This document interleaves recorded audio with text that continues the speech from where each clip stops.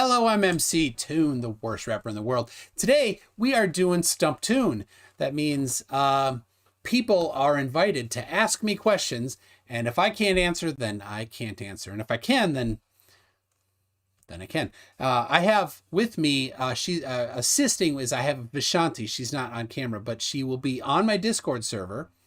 If anybody has some questions or needs the link, I already put the link in the Discord server. So if you want to get on Zoom, if you want to ask me a question, or if nobody does, then I will have to rap. I'm kidding. I'm not going to do that.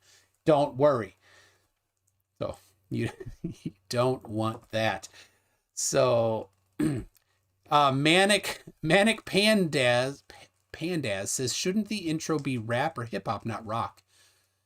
Well, I'm the worst rapper in the world, and hey, Ice Cube had metal in his rap, so there you go. And we've got already from Alyssum for 5 Australia says, first, woo, how do you manage to remain this patient with these idiots? Can you teach me? I joke that I have lots of quaaludes. I think they stopped making them in the 70s, but I don't know.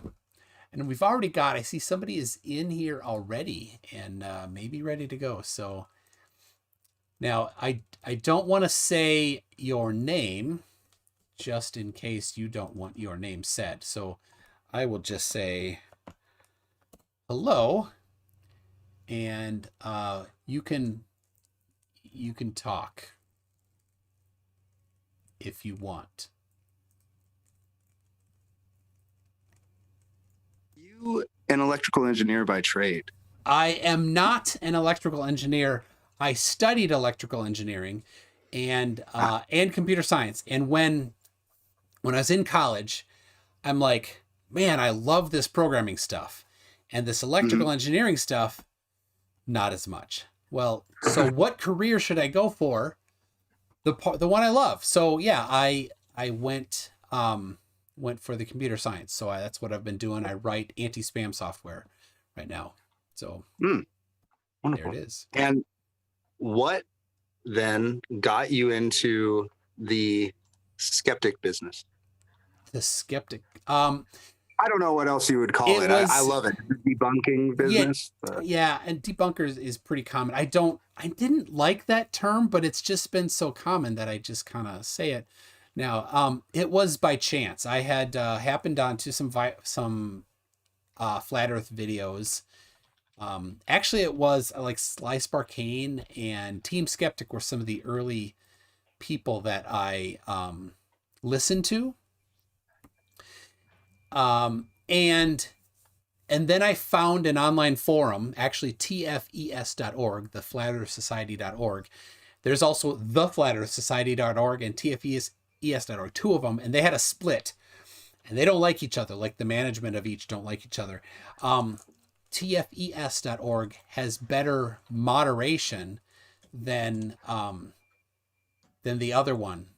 So that's where I wound up for over a year, just interacting on there and talking with people and getting to know and kind of building up a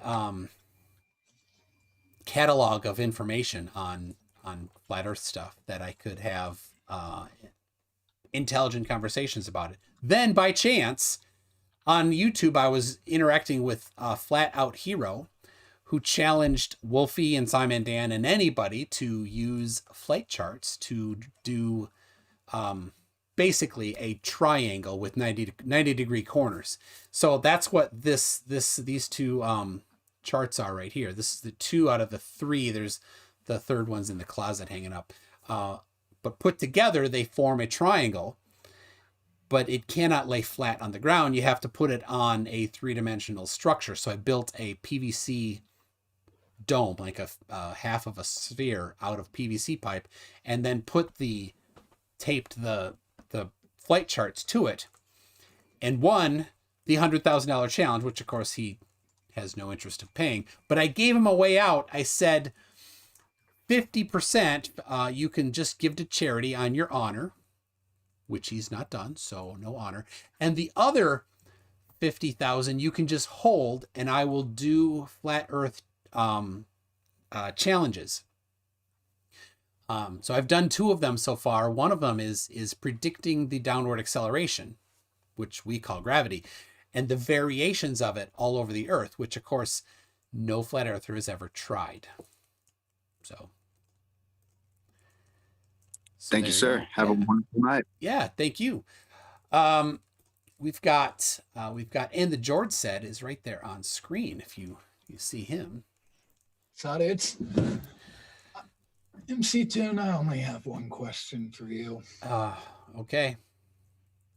Why did you yell at me? I'm just kidding. Oh man, he is sore. He can't stop talking about it. I'm just joking about that. That just popped into my head. But the actual question I have about flat Earth that I don't think you can answer is why do they still repeat the same lines? Like, even a good liar will change his story if he's caught up in the lie. Flat Earthers won't change their story no matter how often they're told they're wrong.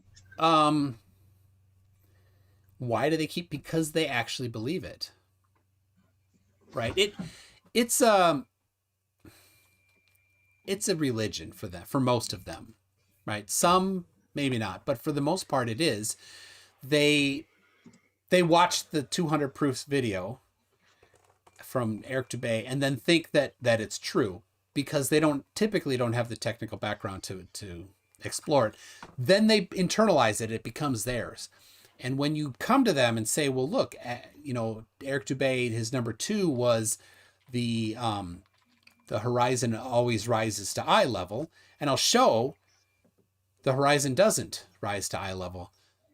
Well, they give up that and they come up with excuses for it, but they then find themselves disagreeing with the very thing that convinced them in the first place. Isn't that weird? It is super weird because, like, what everybody always told me is it's easier to keep track of the truth when you never tell a lie. It's easier to keep your story straight when you never tell a lie. Yeah. And it seems like the flat earthers are keeping their story straight no matter how often they're called out on the lie. Oh, and 33, if you're watching, I got a mason jar full of nuts here that proves via numerology and stuff that anyone who thinks the number 33 is significant is nuts. There you go. I've got my OSI mug here going. It's hard to see that on my screen. And I don't know if it's your focus or. Yeah. My focus is hard set, so there, it's on manual focus. There it is, my OSI mug. And if anybody knows what I have in here, then you know what I have in here. Is it Tab? It is not Tab. Doubt. My empty can of Tab here. I refill them. Don't tell. Red Pill Philosophy. Stringer News 1 asks, how does edge computing work on a flat Earth? Wow. Oh, I feel important here, too. I didn't know I was bigger than you on this screen. You are, yeah. Well, I chose that because, and I'm changing it, but I chose that so that other people, should there be other people come in, they can come in, but there aren't any yet. So people, if you're interested, get on my Discord server and you too can ask questions.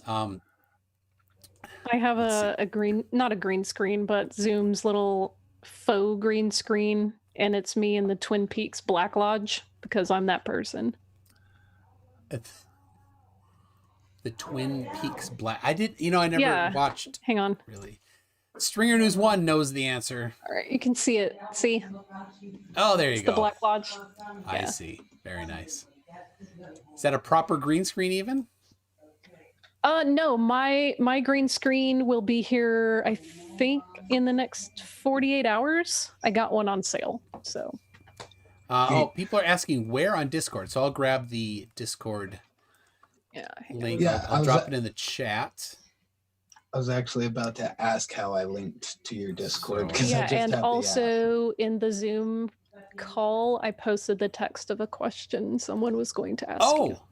That's a great idea. So the chat there. So let's see. We've got good evening, Mr. McToon, MC Toon. Thanks for your time. How do seeds always know the correct orientation when planted below ground level, seeing there's no light as a guide? PLSE guide something, many things. Biology is not my strength.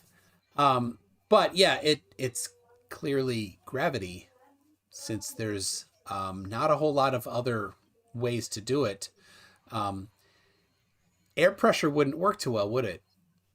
Under the dirt. Plus the variation in air pressure in millimeters is so small. So Vishanti, was it on purpose that people saw you, or was that in well, I had to show them the Twin Peaks thing.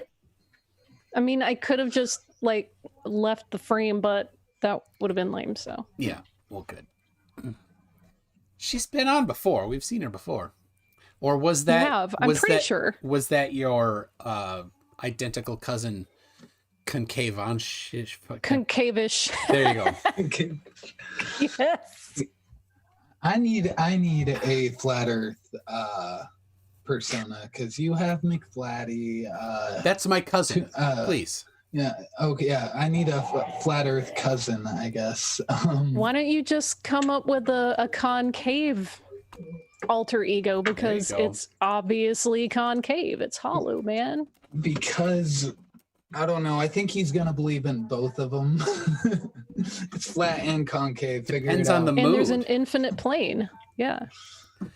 So Mute Donkey's asking, the only voice channels on Discord are general debate and mod. So on Discord is the link to Zoom. So I didn't want to put it. I mean, I could put it in the main chat, I suppose. It's probably not that big of a deal. We trust the 92 people watching that. Hugh Jars asks, please ask Toon, if a tree falls in the forest and it lands on a flat earther, will anyone care? Well, I suppose that flat earther's mom would be looking for said flat earther when it's time for dinner and the hot pockets are ready.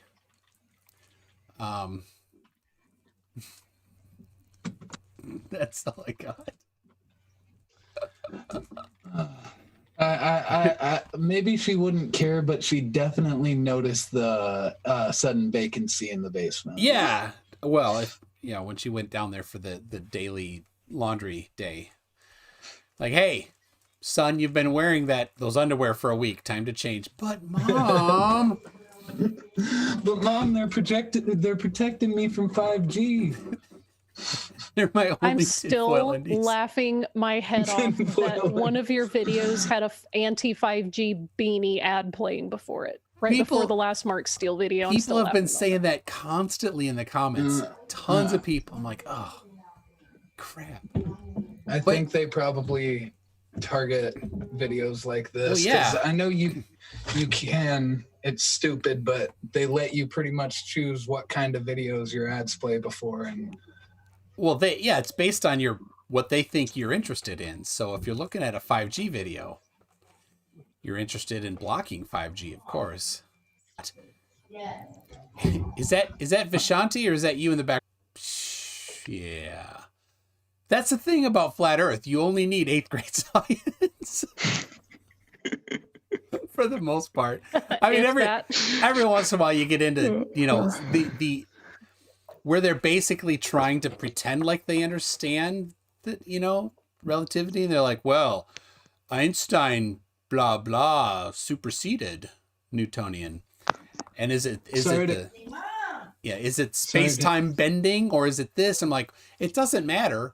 You use the formula to test and confirm whether or not space-time bending works, and it passes all tests. Have you heard Dr. Bob's 5 things that he'll tell a flat earther before he debates them? Yes. And I don't know them well enough to cover them myself. The third one is particularly relevant. We live in a Newtonian world, and if you want to use I am a Einstein, Newtonian girl. And I'm a Newtonian girl, that's right. If you want to use Einstein, you have to do the math and show me you'll get a different result. And I limit you to 5 decimal places, Yes. so you got to show me there's a difference within 5 decimal places. Not to interrupt you guys, but I'm watching the stream and we're getting a lot of people saying it's stuttering. So Yeah, so I'm looking at my my output and I'm getting a solid output. Now, last week when I had trouble, I was not getting a solid output. So it looks to me like it's not something I can well, not that I could control it last time, but it looks like it's not on my side. So there's nothing I can do. So everyone's saying it's fine now anyways. Yeah. So I just wanted to drop it in the chat in case you could fix it. Blame it on the Illuminati. Fools! We had our anti-5G internet beanies on. Dark meme. Mank Deems says the 5G is killing the internet electrons. Oh, there we go. What is the flight speed of an unladen swallow? Do you mean African or European? Cretin bull. You gotta specify, man. Oh, here we go. Cain Abel 87. Would you consider debating someone like me, a religious ball earther that would welcome the challenge of trying to come up with new arguments? What would the topic be? Why is religious significant as a descriptor or a modifier in that sentence? Because you're already a ball earther, so. Yeah. So there was a somebody had connected me with a guy on Facebook called Horatio, and this guy is a flat earther, a religious flat earther, who doesn't act at all like a decent guy. So he. In the chat, then it was just basically to get him to come on for a live debate, but it didn't work out in the end. But I said, well, the Earth is a physical thing, and because it's a physical thing, there's no spirituality or faith or religion involved in measuring a physical thing. And he's like, agreed. I said, okay, so do you have any measurements of the shape of the Earth? And he's like, the Bible says. I'm like, but you just agreed that the Earth is physical and we can just measure physical objects. And you don't need faith, religions, anything to measure it. But he never dealt with that, did he? He kept going back to, I think the Bible says it, and therefore, so. Cool. Yeah. There are plenty of things that you can say, this book says this thing, and also back it up with math. My comic books over there in the corner say that Spider-Man is New York's greatest hero. So, and that's not right, obviously. Yeah. Yeah. So Dion Sidehouse is an important question. I already know the answer, but come on. Hetfield or Mustaine? Definitely Mustaine. Wow. Love me some Mega Dave.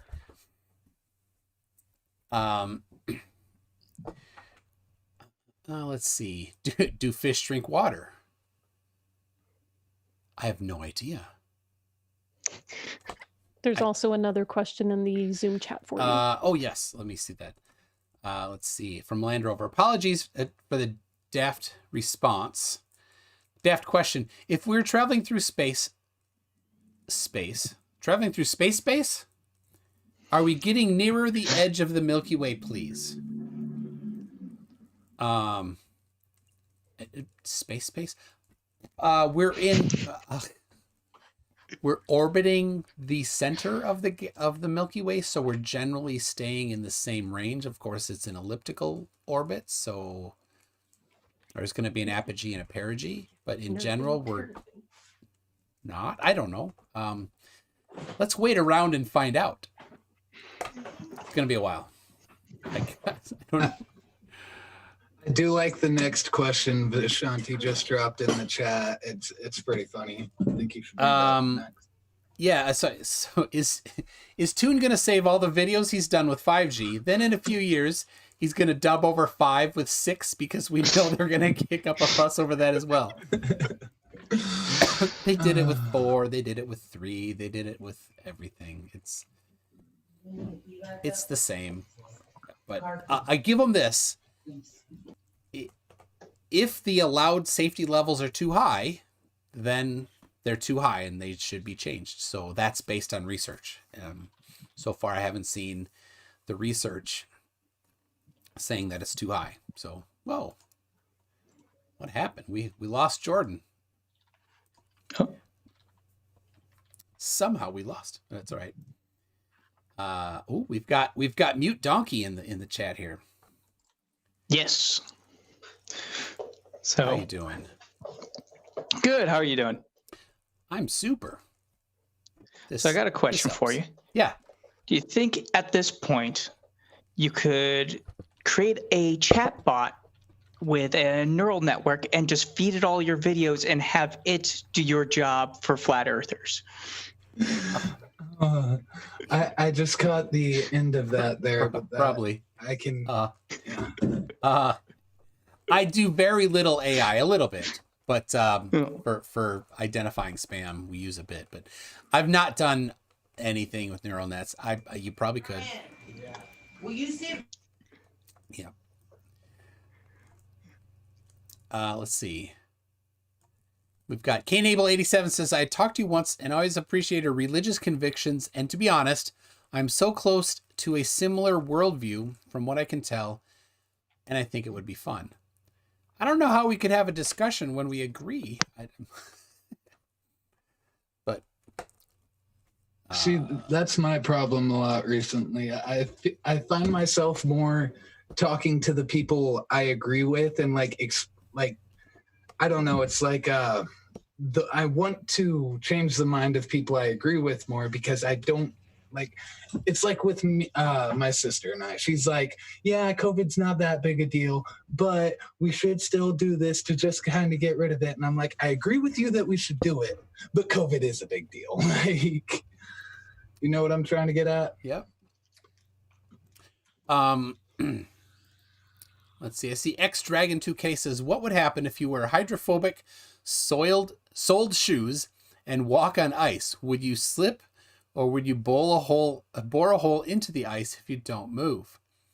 If they're hydrophobic, they would not want to be near it. I don't think that works well. I have actually some hydrophilic stuff right here for a project I'm working on. For the one flat earther that does have money. There's your hint.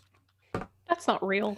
They don't have money. It is. And let's see if I can move. Did you see Nerthan Terpson's question? Right, that's the other part. Nerthan Terpson.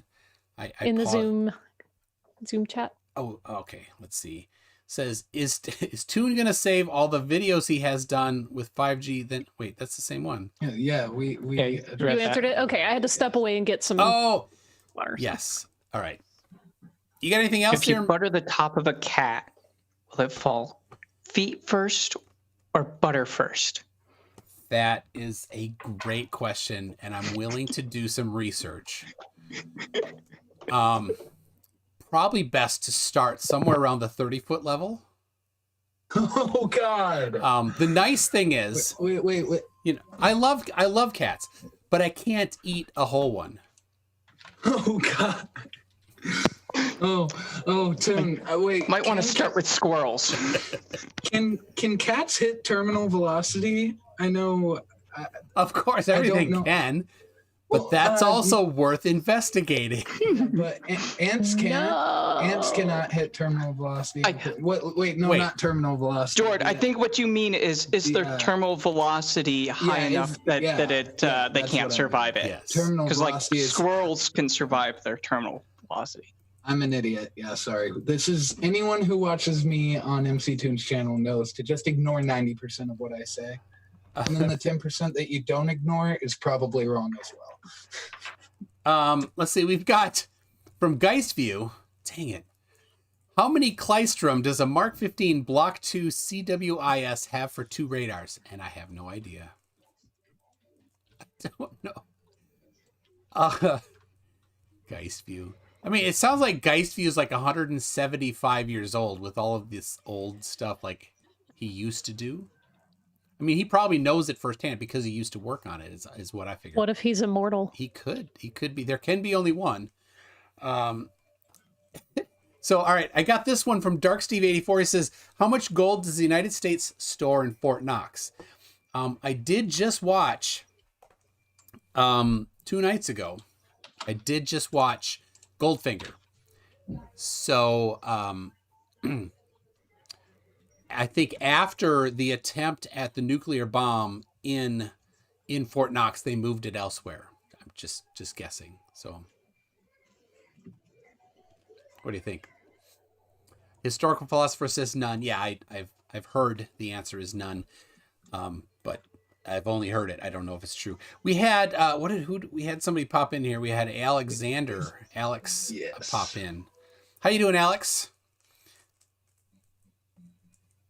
This is embarrassing. I forgot my question. Oh, just make I something posted up. 2 of them in the Zoom call for you. I got a question that'll stump you though, real quick. Toon. Right. What is the mana cost of the Avatar of Woe and Magic the Gathering? I don't do Magic the Gathering. Yeah. See, Planner Walk would know that question. I'm off to his channel later. I'm sorry. Seriously, I never. I until Clash Royale, I never played that type of card game, which is also not that type of card game. Oh, God. So there you go. I just realized I just blew into my mic. I'm sorry about that, guys. All right, let me read. I see one from Fohammer. We've got what the feed ramp. Oh, what the feed ramp angle of a 5.56 AR-15 is. I don't think you'll know. I don't. And what the feed ramp angle of a 5.56 AR-15 is. I don't think you'll know. There you go. Thanks, John. Let's see. Jake/Cinnamon says, what star in the sky has the greatest proper motion? That would be Barnard's star, I believe. So there you go. How you doing, John? You can unmute and talk. Well, I need to... Oh, so if you have the YouTube feed going in the background, it'll cause a loop, so you don't want to do that. Yeah, sorry. Can you hear me? Yep, I gotcha. Awesome, cool. Okay, so shoot, 2 things. I wanted to answer the Avatar of Woe question. I'm glad somebody can, because I have no idea. Is it 9? Jordan's not even in the call anymore. No, it's 8. Sorry. It's 8. Whatever. Okay. It's 8 mana, 6 black. Cool. My other question, I have a serious one and like a real one. Okay. Is a hot dog a sandwich? Oh, jeez. How? Man, the shape of it. The shape can't make it. Sandwich. The shape can't make it not a sandwich. The hinge can't. Can the hinge make it not a sandwich? I mean, I've folded bread and called it a sandwich. I think it's a sandwich. Does then that make tacos a sandwich? That was where I was going with this. And then that feels blasphemous as someone who's got Mexican parent. That feels blasphemous to me. And cereal a soup. Even to say that it's got to be between pieces of bread is questionable, because there are such things as open face sandwiches. So, like, by that logic, is pizza a sandwich? Well, a calzone would be a proper sandwich. True. No, pizza's a pie. That would be like saying cheese and crackers is a sandwich. I mean, if you use 2 crackers. Yeah. No, open face. Yeah.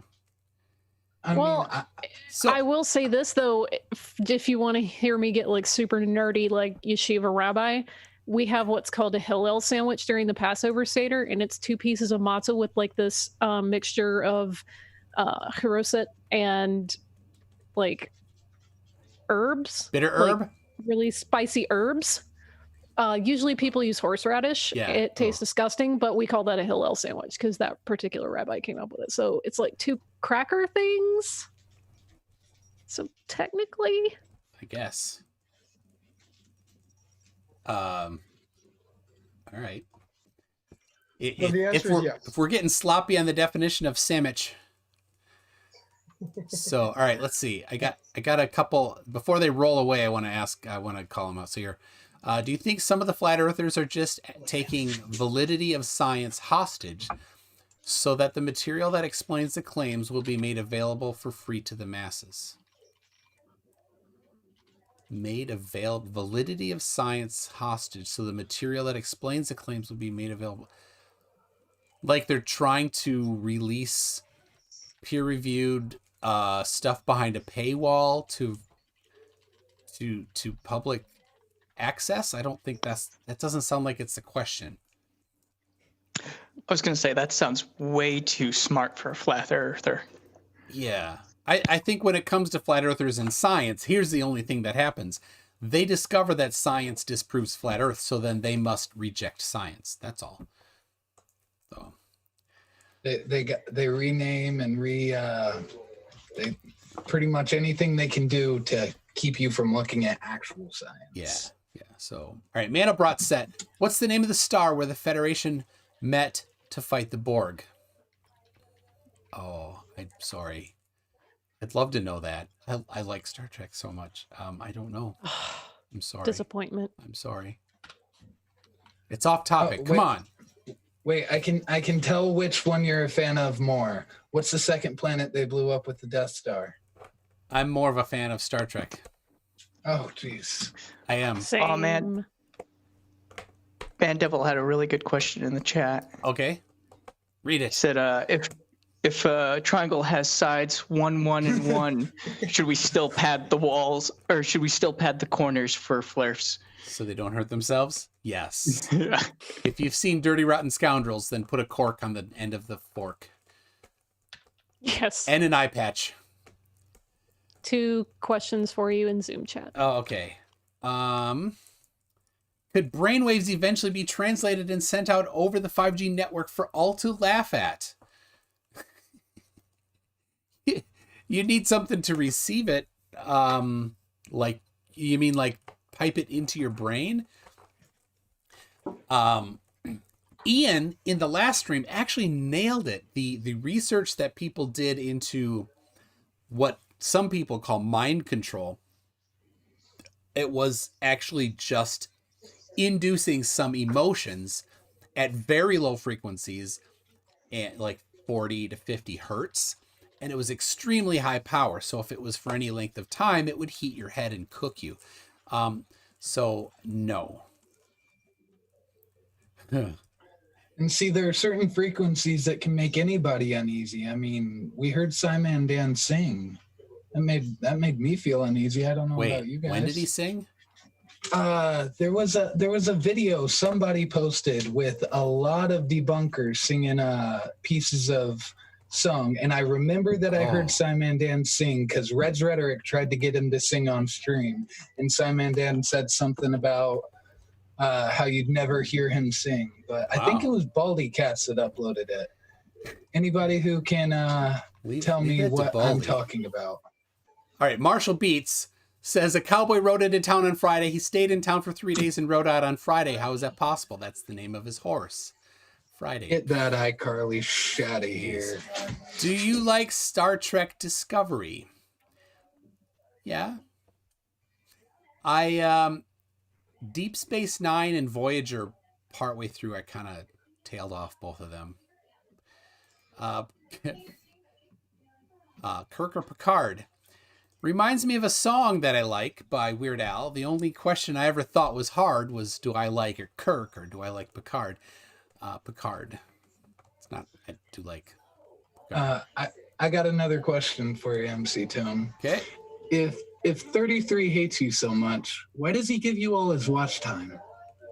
Yeah, I think he spends most of his time like rewatching the video that he was in just to beef its numbers because he wants it to be the most popular, but it's actually fallen to like I think 6 or 7. It used to be 4, and it wasn't the one with him on it. He was muted almost the entire time. It was Fight the Flat Earth and Red's Rhetoric and Russian vids. It wasn't even 33. So Oh, you know he's going to start taking credit for the one that Jon Snow was in. Of course. I would also like him to know that we named our new channel Bunker 33 just to make him happy. I love it. And of course I had 33 kids just because.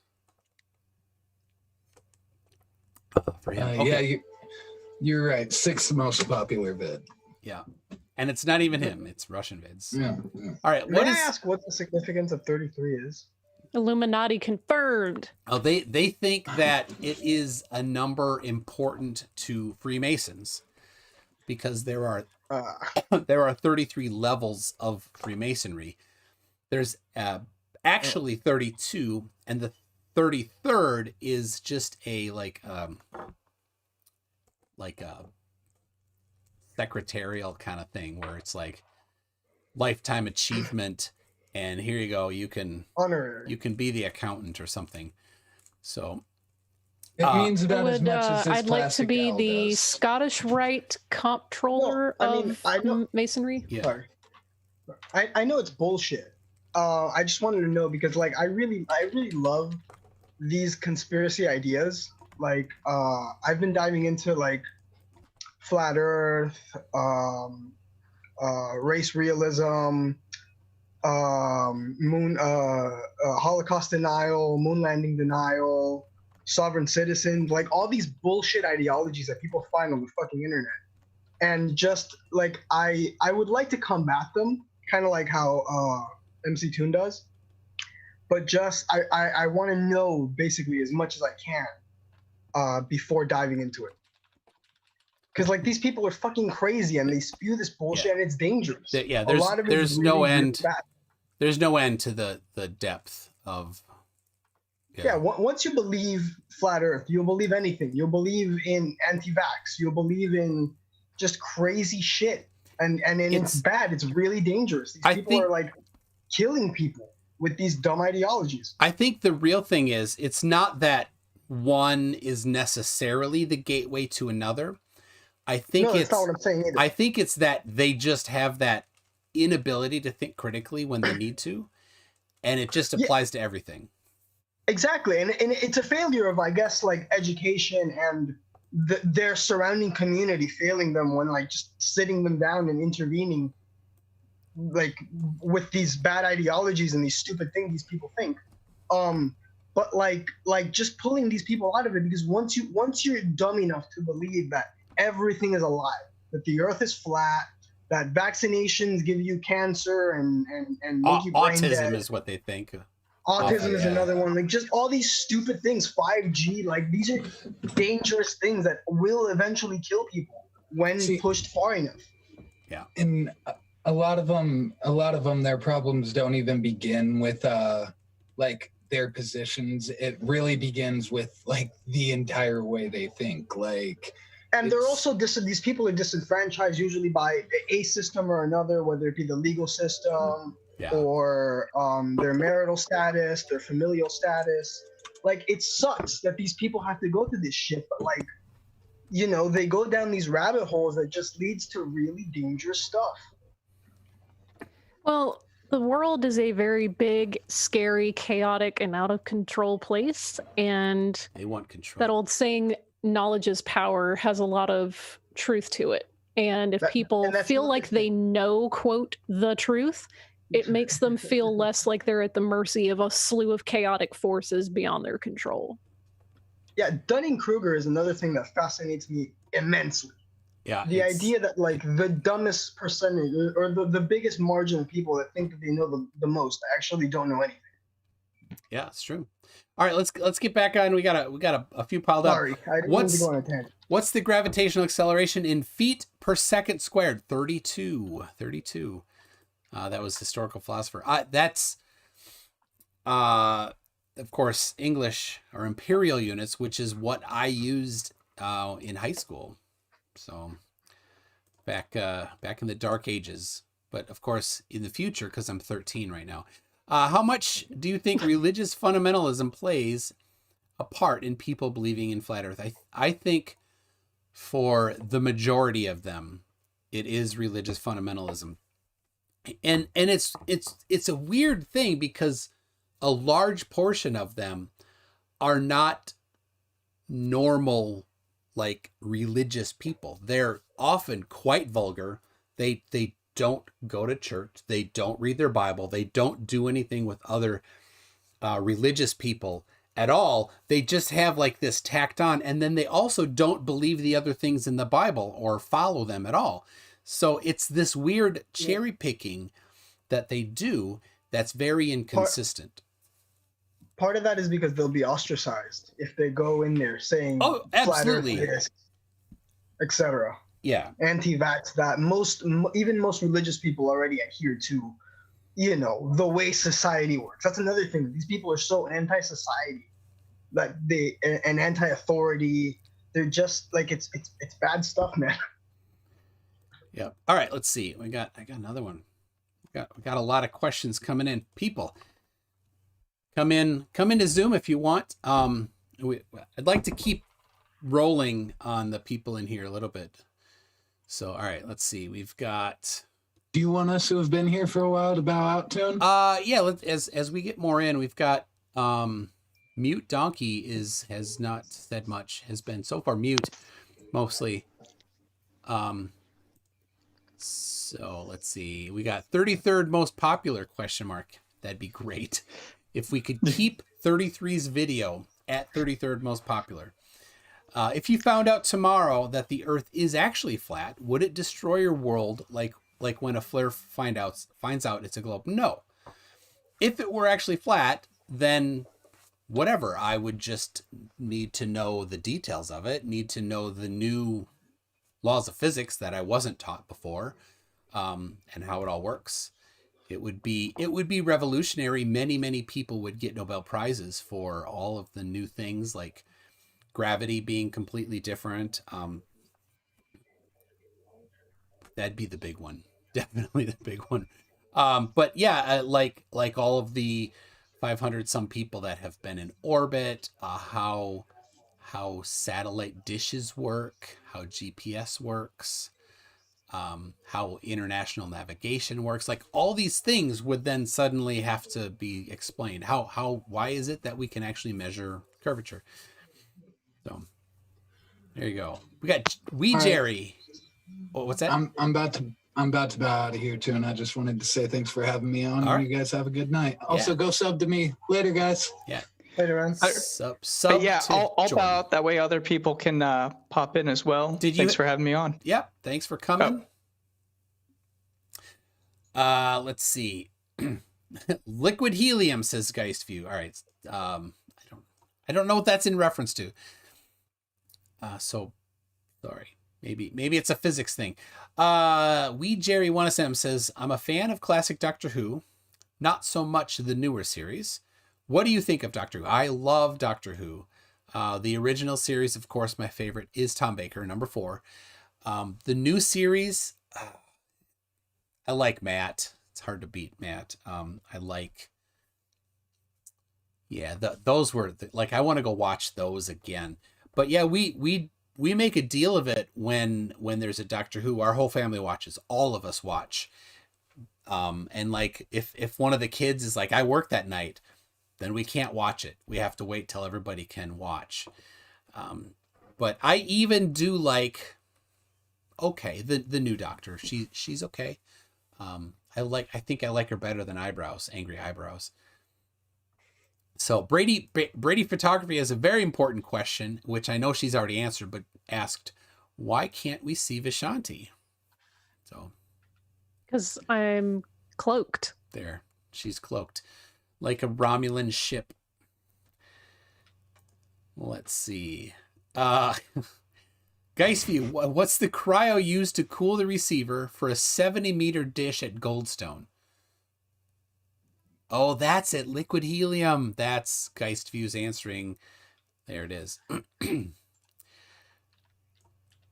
we got Nerthan Termson says, has MC2 never heard of the Tim Cube theory? I have not. Does not ring a bell. So, I don't know. Let's see. Cheesemondo has, if vaccine nanobots were real, which they're not, what strength signal would be required to read the data / program them inside a human body, and would that cook us? It would not cook you. It's not that difficult to get a signal in. It's difficult to make an antenna on a nanobot scale that could receive that easily. But it's possible, right? To do it, ideally, you want a certain division of the wavelength. Lower frequencies penetrate the body better, which means you'd need a bigger antenna. So it's this difficult trade-off that would have to happen. So you could probably have something in the millimeter range, millimeter wavelength, or that could penetrate deep enough if it were powerful enough. But the problem is nanobots would not have a battery big enough to so that they could send a signal out. RFID chips work without a battery because they receive the power from the RF, and then they let me switch. Then they have enough power transient in their system to send out a signal. So it could work like an RFID chip, but you need a certain size to do that. So it's a challenging trade-off. So I think Big Daddy Sheep NZ says, I'd have to agree, and I think this is about Doctor Who, but they're screwing her on the storylines and writing, in my opinion. Yeah, I don't know if is it a spoiler if I talk about the season finale from the most recent one. If you're interested in not being spoiled, then don't listen for a little bit. But yeah, I thought that was a little, because they had this thing where the doctor could only regenerate a certain number of times, and then regenerated more than that, and they needed to explain it. I don't know if that's a problem. The challenge is, I don't know, like memory. She has no memory of the stuff that she should have memory of, I guess. So, all right, Darksteel84 is asking, how long would it take me, to build a radio receiver, and would a 5G say you have a weapon? If I were to build a receiver, I would probably just get a software-defined radio, get about a $300 one. Well, receivers are $20 to $50. If I wanted to get a transmitter, which would be what would be necessary to be a weapon, I suppose, I would get, one of the $300 or $400 ones probably. And I don't know. I'd probably want to build my own amplifier too. I'd use one of these boys. This is probably not this one, but use one of these to build an amplifier would be fun. But nah. DKG Custom, if Bill Gates were going to kill us with a vaccine, does that explain the pains of Windows OS? If he was going to try to kill us, it would have been through definitely Windows 98, probably Windows ME. That just about did. Windows 8. Windows 8. It was the worst. Really? You think that's worse than ME? I never used 8. I used ME. It was so bad. So bad. See, Quantum Degreaser, still planning on doing a 5G experiment. I'll use my ketchup chip bag as a reflector dish. Oh, that's awesome. I did make my own antenna. For a video, a Mark Steele video. I would love to actually try this. If I ever do get a software defined radio, I'm going to give it a shot to see how well it works. It's tuned for 9 or 8. Let's see what 868 megahertz. So a mute donkey who left Could have said this, says physics is disappointing. It makes so much sci-fi impossible. Yeah. Oh, Stringer News 1 says Windows Vista is cancer. So there you go. That's Stringer News 1 least favorite Windows. My favorite Windows, contrary to Skydiver Tanner, is Windows XP, followed by Windows NT4 Service Pack 3. I installed that one so many times. So many times. Mute Donkey says Vista was the worst. So, Man Devil says, how far along are you in your plans for world domination, and when will your first command be when you achieve ultimate power? Oh, I cannot say. It's a secret. I don't know. In the Pinky and the Brain realm, I'm Pinky. Just so you know. Not the other one. So let's see. Any other? About a few from the Zoom call. Oh, all right. Has a flat earther ever changed their mind on a significant point after your discussion with them? My yes, a few times. The most notable, and this is weird, was about a year ago when I first debated Austin Whitsitt.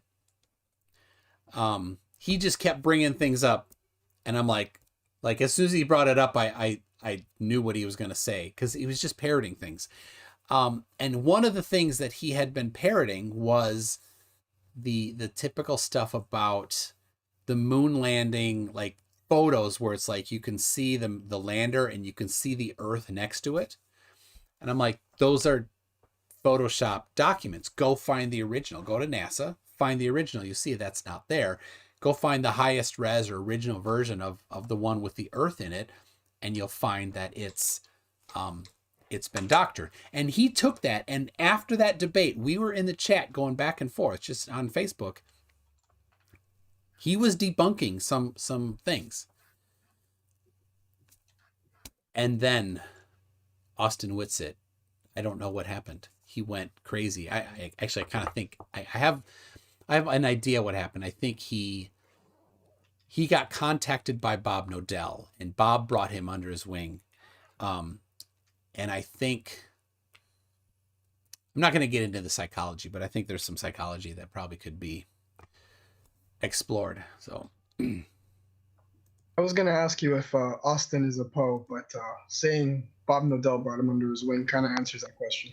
Yeah, I don't think he's a Poe. I think he went from a pretty rotten person a year ago to an absolutely despicable person, a piece of filth now.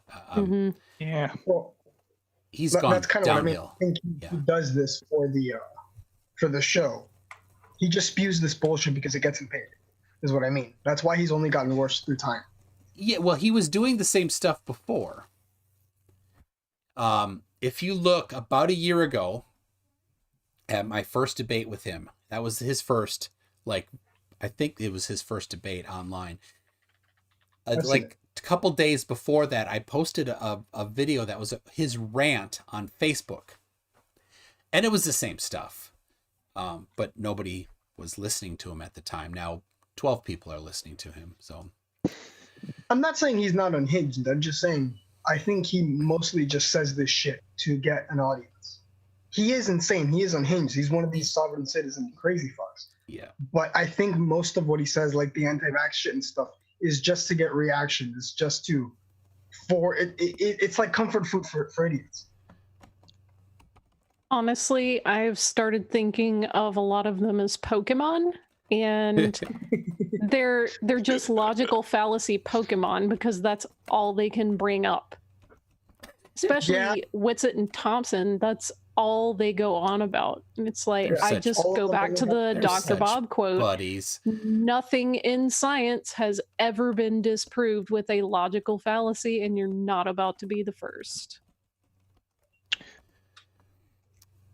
So I know it's been moved past, but I have proof that Vista's the worst. I was an IT guy at the time. We upgraded to Vista, and it's the only time that we downgraded back to XP and kept it until the next upgrade came along. That was a big problem for Microsoft. The number of people still holding on to XP.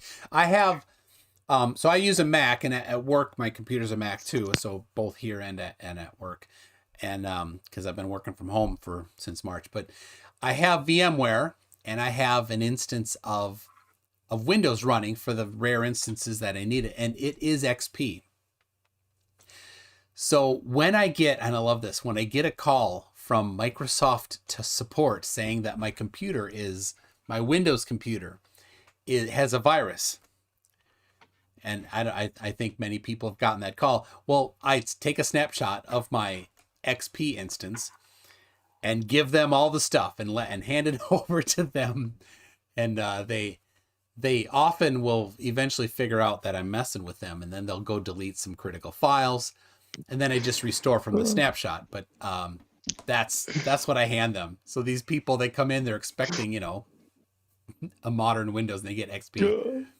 That's nice. Wait, you scanned it? Oh yeah. Oh my gosh. Load up some 3.1 for them. Oh, 311, please. Windows for workgroups. So we've got, and the George said, who's back, says, if you're Pinky, does that make McFlatty the brain? If so, we're all doomed. No, it's Flunchy. Flunchy's the brain. Flunchy. Yes. Oh, I was hoping it was Jon Snow. Jerry1SM says, would you ever debate Shed Rage? I would love to. Oh my goodness. I would love to on a strongly moderated. And right now, you're a total clown. Nice accent. There's nobody right now that's a strong enough moderator to handle, because modern day debates, oh really? He's not a very good moderator, right? Before I debated Right the Hand, I talked with James, and I'm like, James, you're gonna have to moderate this one. He's like, I do. I'm like, no, you've never moderated a debate. He's before. Never moderated in his life. But he did. He's not about to start. I think he did. He actually, and I did this on purpose, he actually called me out. So I'm like, if I'm with a moderator, sometimes I intentionally push it to make them bring me back, just so that the other person cannot say it was one-sided, right? So yeah, I would even consider doing it, just coming in with a plan to kind of troll him on his channel just a little bit. Fun. No, I've said this before about James, is that he's a wonderful host, but he's an awful moderator. Yeah. Facts. Most of his people, they don't need it. What's that? Mm-hmm. Did you see Thompson versus Raw? Oh yeah. You didn't see it? Oh, here's a good quote from Nerthan Terpthin. Has MC Toon ever heard of the time cube theory? Yeah, he said Tim Cube. I thought he said Tim Cube. I know, he meant time cube. He corrected it later. Still no. Really? You haven't heard of time cube? Sorry. Oh, it is glorious. It is the most nonsensical, off the rails word salad ever. Oh, is it conspiracy theory stuff? It defies explanation. It literally defies explanation. It's written by this guy who thinks that circles are cubes, and he infuses it with pseudo-religious, pseudo-science, just garbledy-gook. I'll send it to you. It's oh my god. Okay, DKG Custom asked a disgusting question. I can't believe he actually asked it. Favorite flat earther? I could answer that. Someone who you would let marry one of your many daughters. No. Oh, nay, he said. There is no possibility that any flat earther could ever. No. That's when I would have a chance to use my 12 years of martial arts experience and perhaps my Second Amendment rights. Just saying. No, that's not possible. Yes, I do have favorite flat earthers, I suppose, ones that I kind of like. It changes. I used to be okay with Simon Perry, but now he's a turd. It's weird. I do like Flat Earth Fokker. I don't know why. Like, he's super coarse with other people. Like, I watched the debate with him and Schrodinger's cat. And then a year ago, met him in Texas. And I'm like, we had a nice talk. And he was on my channel last week. We had a nice talk. He's on Fight the Flat Earth on Thursday. I'm sure they will have a very not nice talk. Oh, that's going to be a dumpster fire. Oh, Do you want me to read you just a very small excerpt of the Time Cube? Small, yeah. You're not prepared, but I'm going to bless you with this anyway. Okay. Is this preparing me? Just brace yourself, mortal. Force teachers to debate Time Cube site. Word teachers are the most evil humans. Religious academia represses the human mind of the cubic truth. Not utterable. Educators and teachers ignorant of the Time Cube principle are evil liars and unfit to live in Earth's Garden of Eden. They refuse to challenge this site, repressing Time Cube free speech rights. Students must force Time Cube debates and make sure every teacher sees this website. Time Cube proves a one-face god impossible due to four corner face metamorphic human, baby, child, parents, and grandparent faces. Oh, I did not get my salad. Oh, sorry. Is he talking about glob gob glob grod? Here's another good one. Your father was a fish. You evolved from an egg laid in water fertilized by a sperm fish swimming upstream. Just as salmon swim upstream to fertilize female egg laid in the water, maybe you should worship a fish god. For some reason, you just reminded me of the Church of Gale. Have you guys heard of that one? Oh, Gail's awesome. Gale's amazing. Oh, she's great. I asked her, I sent her an email. She never responded. I wanted to bring her on, but Quiddy's the Sprinkler would go crazy. He is a major fanboy. He's more of a fanboy of Gale than Jordan is of Reds. That's not possible. That's not possible. All right, this is a good question because Gale is amazing. Please look her up. It's the opposite of the other one. Has a flat earther ever changed? Oh no, wait. Hold on. That's the wrong one.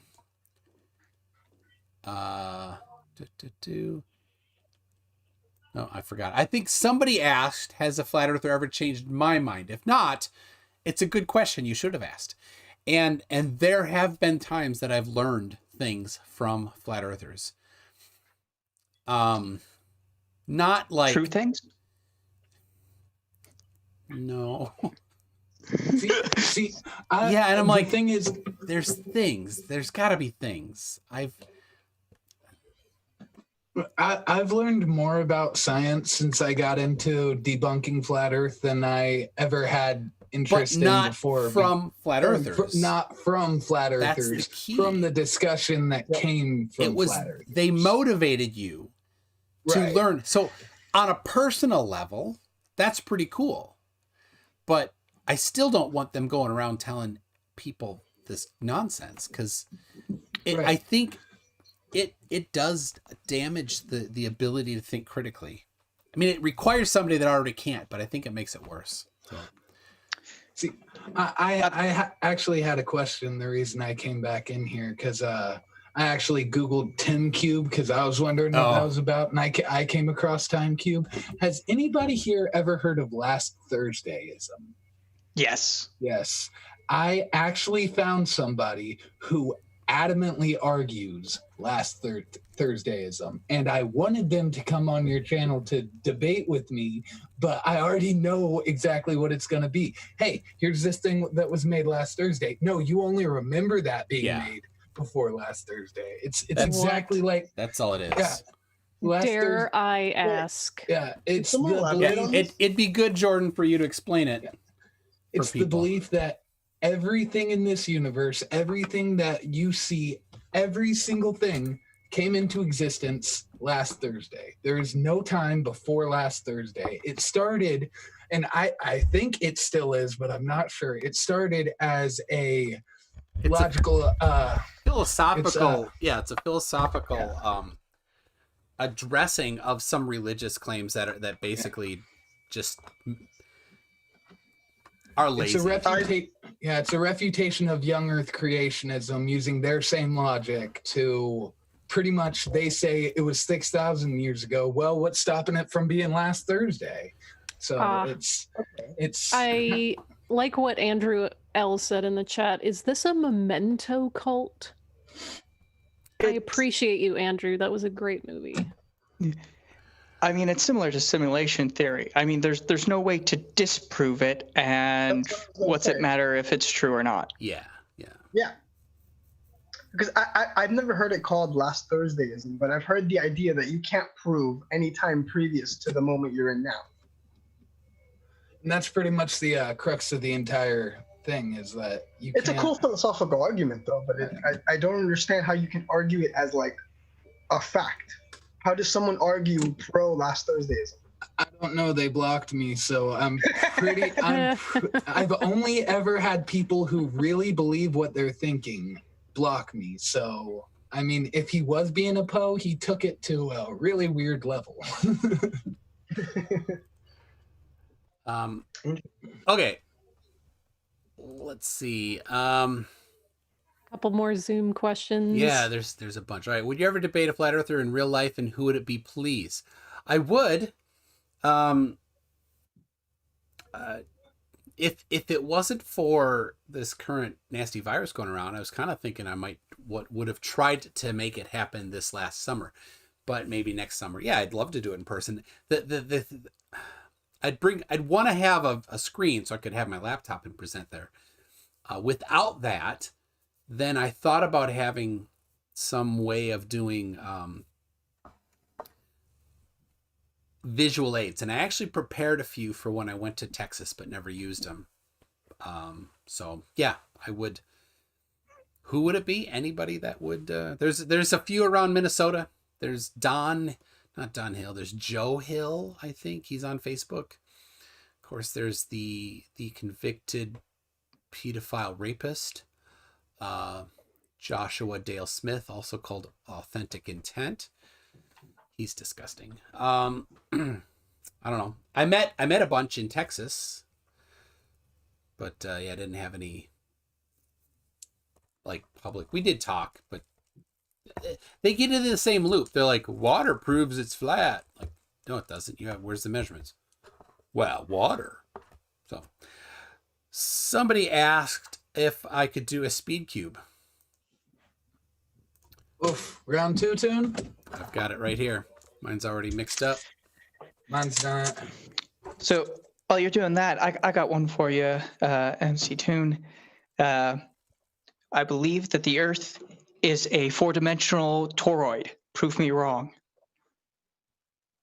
No. No. Burden's on you. All right, are you ready? Yep, ready whenever you are. All right. Vishanti, give us a countdown. What sort of countdown? From 5 or 10? 3. Like 3, 2, 1. Oh no, Illuminati confirmed. 3, 2, 1, go. All right, somebody's got to all right, build a and while space. they're doing that, if you had, here's another one from Jake Cinnamon. If you had to keep one flat earther away from children permanently, who would it be, and why is it Nathan Thompson? No, I think it'd actually be who hit their daughter on live stream. That's the one I'd say. Oakley. Oh, Oakley. Nathan Oakley. Yeah. Jokley. Yeah, well, I mean, there's still that guy that's the convicted pedophile rapist. Yeah. I don't even know who that is. Authentic I've never Intent. heard of him, and I'm glad I've never heard of him. There's a picture of him, Nathan Thompson, and Flat Earth Fokker at the conference in Flattoberfest. So There's also Flat Earthers always keep such great company. they do. Yeah. There's also the dude who drinks his own pee with his mom. Oh, God. Allegedly, Dave. Allegedly, Yes. yeah. It's not the only one. Oh, God. Jesus Christ. Gross. Yeah, there's Flat Earth Paradise. There's Oh, what a time to be alive. oh yeah. Waiting on the chat to throw out some more questions for Toon while he works on the cube. You know, While you're doing the cube, have you seen the movie Cube? Time cube. Cube? yes. Yeah. Is that where people It's are a trapped great... in a cube and they Yeah. go room to room? Yeah. Yes. Yes, I've Have seen you seen any of the sequels? No. Hypercube or... Oh my Yes. gosh. only the first one.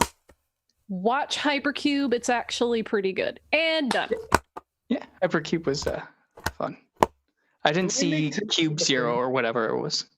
It was... Yeah. I say But we Hypercube wasn't petition too... to make- Sorry. Okay, let's see. We got Cretan Ball says, do you think terrible people are drawn to conspiracies, or do conspiracies make terrible people? I think for the most part, terrible people are drawn to conspiracies. I think That's an interesting thing. yeah, and you can't generalize too much. There are plenty of decent people that are into conspiracies, but I think, and of course, the majority of ex-murderers are not into conspiracy theories. But I think you'll find in the conspiracy realm, it's disproportionately high. And probably there's different conspiracies that have different worse things. Because like for some reason, the concave earthers are even higher than the flat earthers for getting arrested for making violent threats. Huh.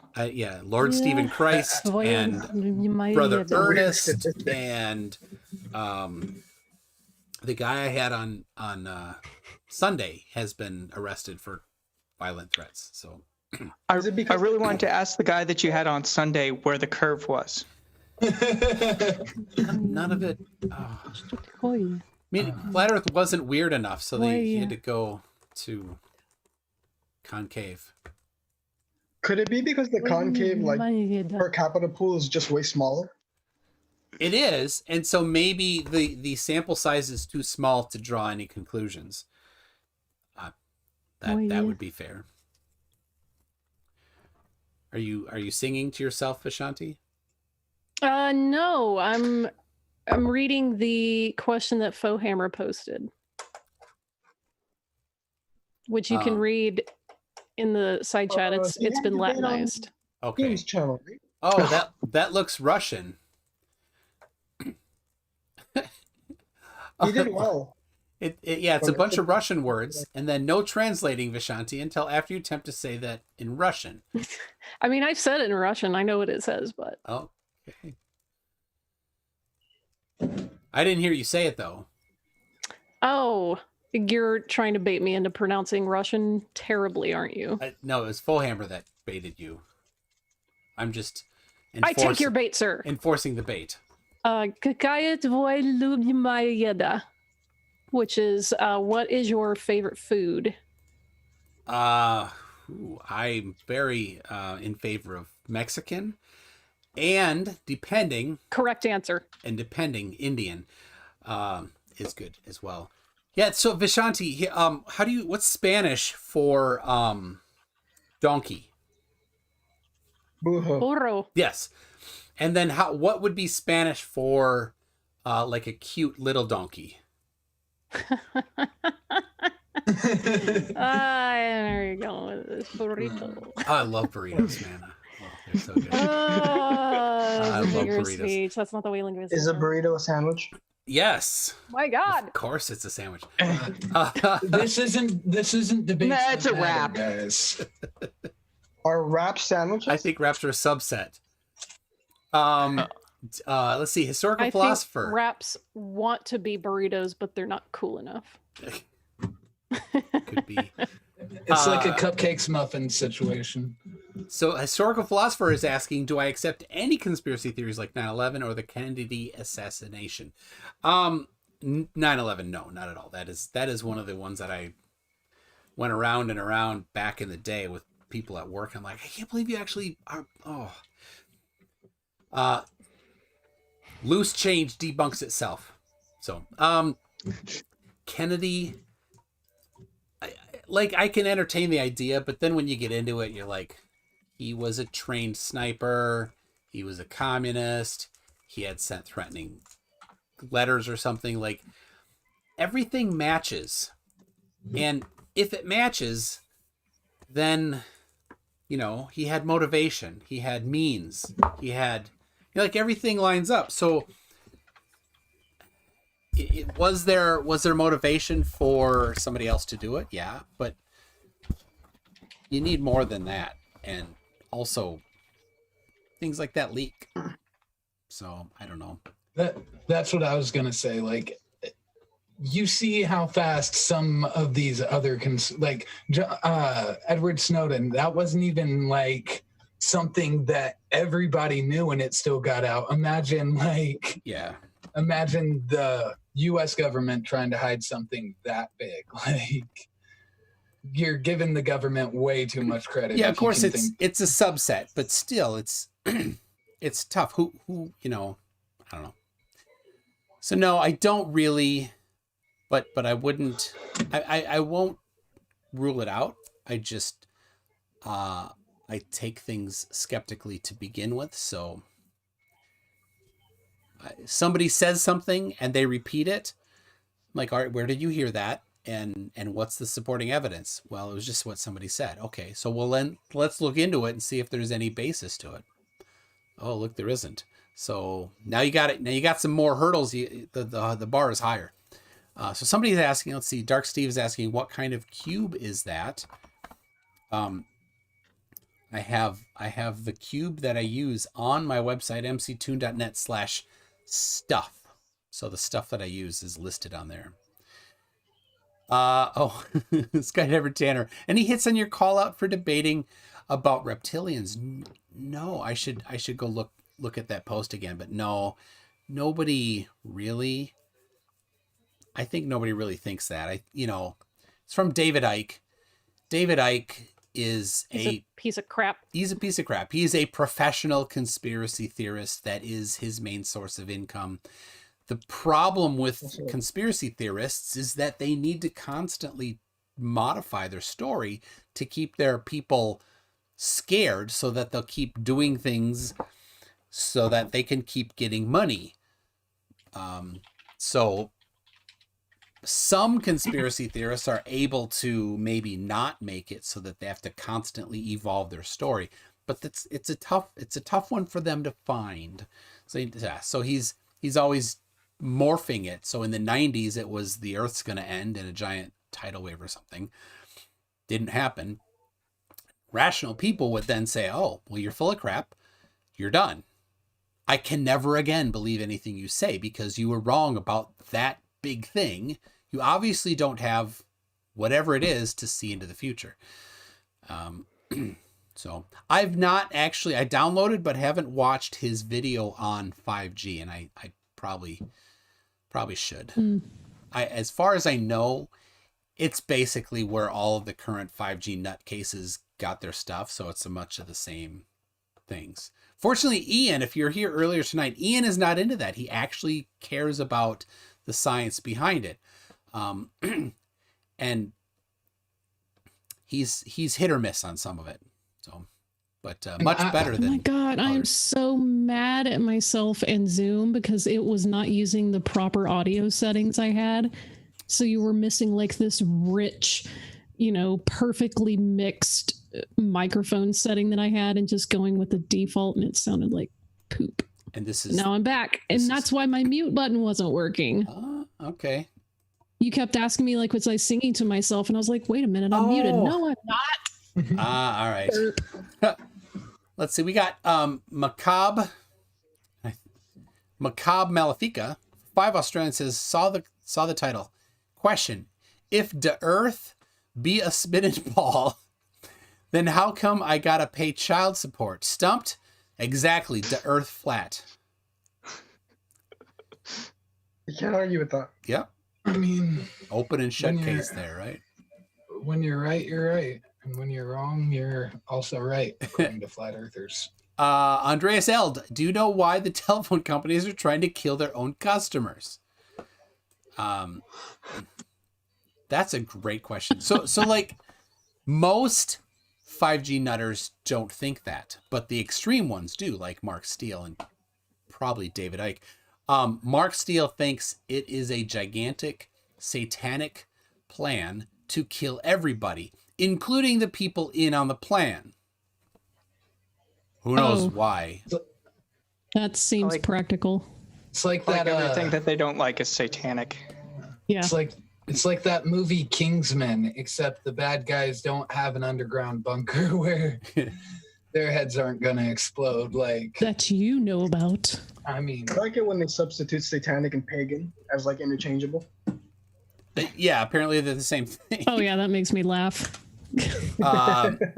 Let's see, man. It's like going up to like someone who is a Muslim and saying, "I can't believe you're doing that Vishnu thing." They'd be like, "What?"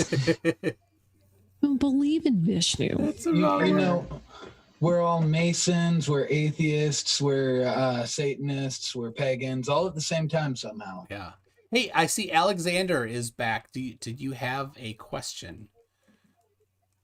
Alex. Is a taquito a taco? Someone argued with me that a taquito does not exist and is just Tex-Mex. It's just a small type of Tex-Mex food. Like it's not authentic Mexican. I literally They ate seriously- taquitos for dinner last week. They argued that a taquito does not exist and it is just a taco. Ask him why there's a word for it. It's a small, cute taco. Right? I mean, that's like saying, well, a taquito is just like an enchilada, but without the sauce. Okay, so that's a different food. In their defense, their argument was that one of the names for taquito actually does mean rolled small, golden taco. So they justified their belief because as a kind of form of taco, that means that every taquito is therefore just another taco. I mean, that's Is what this it means, true? little taco, right? I mean, they're just using the ito diminutive. It's also Yeah. cute. It's also cute. But did he mean taquito dorado? Is that what he meant when he said golden taco? Yeah. Because that just means fried, right? What was it called? I argued that he argued that it's just, essentially he argued that it was invented as because it wasn't invented as specifically its own food, and that the origin is in fact Mexican, that it is somehow still a taco because it does not exist as an English derivative. That is preposterous. I was very confused. I mean, it can be a taco and its own food. Like it could be a sub food. Look, I don't want to get into the politics of taquitos. It's a divisive topic, and we probably need to move on. I need to know where you guys find these riveting like food debates. Like, is there a Discord channel? I mean, I don't know if you were around for the great pineapple pizza debate, but it gets heated. Oh, don't start that. Pineapple is great on pizza. No. Gotta Yes, be the it right is. pizza. All right. I'd agree be with the you, right pizza. but we'd both be wrong. All right. Jake Cinnamon says, can you do an electro boom style video on 5G/antenna? Oh, he's so good. I could not grow out in a monobrow like him. I'm not, I got to tell you the truth. I studied it in school and I made this antenna. The end. You know, a channel I feel like does something that you'd be good at, Toon, is have you ever heard of Technology Connections? I have not.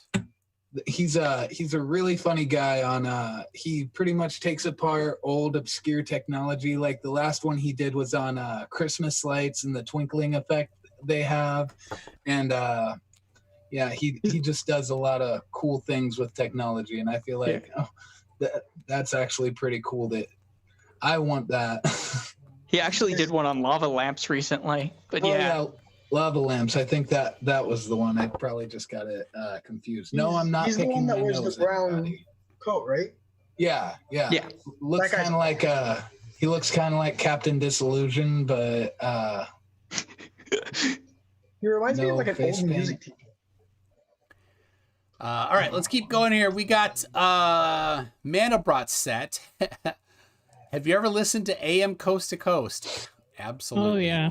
I loved the Free Energy Con Men when Art Bell hosted it. Art Bell was so anti-critical on everything. It was disturbing. These nutcases would come on and talk rubbish, and he would never once challenge them. I think it was very, in the end, because he never challenged them, he probably believed in most of it, but it's very irresponsible. It fed and grew this conspiracy stuff that was just garbage. So, is this the precursor to Alex Jones? What's that? Is this the precursor to Alex Jones? It's a whole different type of thing. All right, it's a whole different thing. Mandevil says, if you start a completed cube and then scramble it super fast and show us the video backwards, right? No, here's the completed one. I'll mix it up. So you can be satisfied that I'm talking in not reverse. I mean, unless I'm really good at talking in reverse. Right, that's when I should turn on my Twin Peaks background and then talk in reverse. All right, there it is. And I always start with the white side here. Right? And I make a plus first, right? So none of this is ready to go. So this is about as scrambled as it gets for me. So there you go. I'm starting. I got a line. All right, well, he's working on the cube. Yeah. Mandevil asks, am I a joke to you? Mandevil? The only joke for us is flat earthers. Yeah. And that joke never gets old. And anti-vax. Yeah, there's plenty of jokes. Come on. The dinosaurs don't exist, people. Like Jon Snow. Don't pigeonhole yourself. Anti-vax is not a joke. Jokes are funny. Flood is a joke. Mud flood, Tartarians. Oh God! Doesn't Kent Hovind believe in giants? Yes. I'm pretty sure I just saw that recently. I don't remember if he thinks they're contemporaneous, but he does believe that there is evidence. Like Nephilim? Yeah. Well, he says that's what people are calling Nephilim. He believes that giants were like an actual thing, not just like a metaphor. Done. There you go, Mandevil. Who's the flat earther that says that there's an ocean beneath us? I know a lot of them do, but the really animated one that FTFE has had on a lot. I think you've had him on a couple times too. Ocean beneath us. Beneath the ground.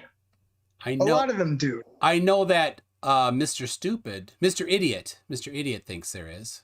Hold on, I'll find him. Mr. Idiot, or his full name. I like to call him by his surname.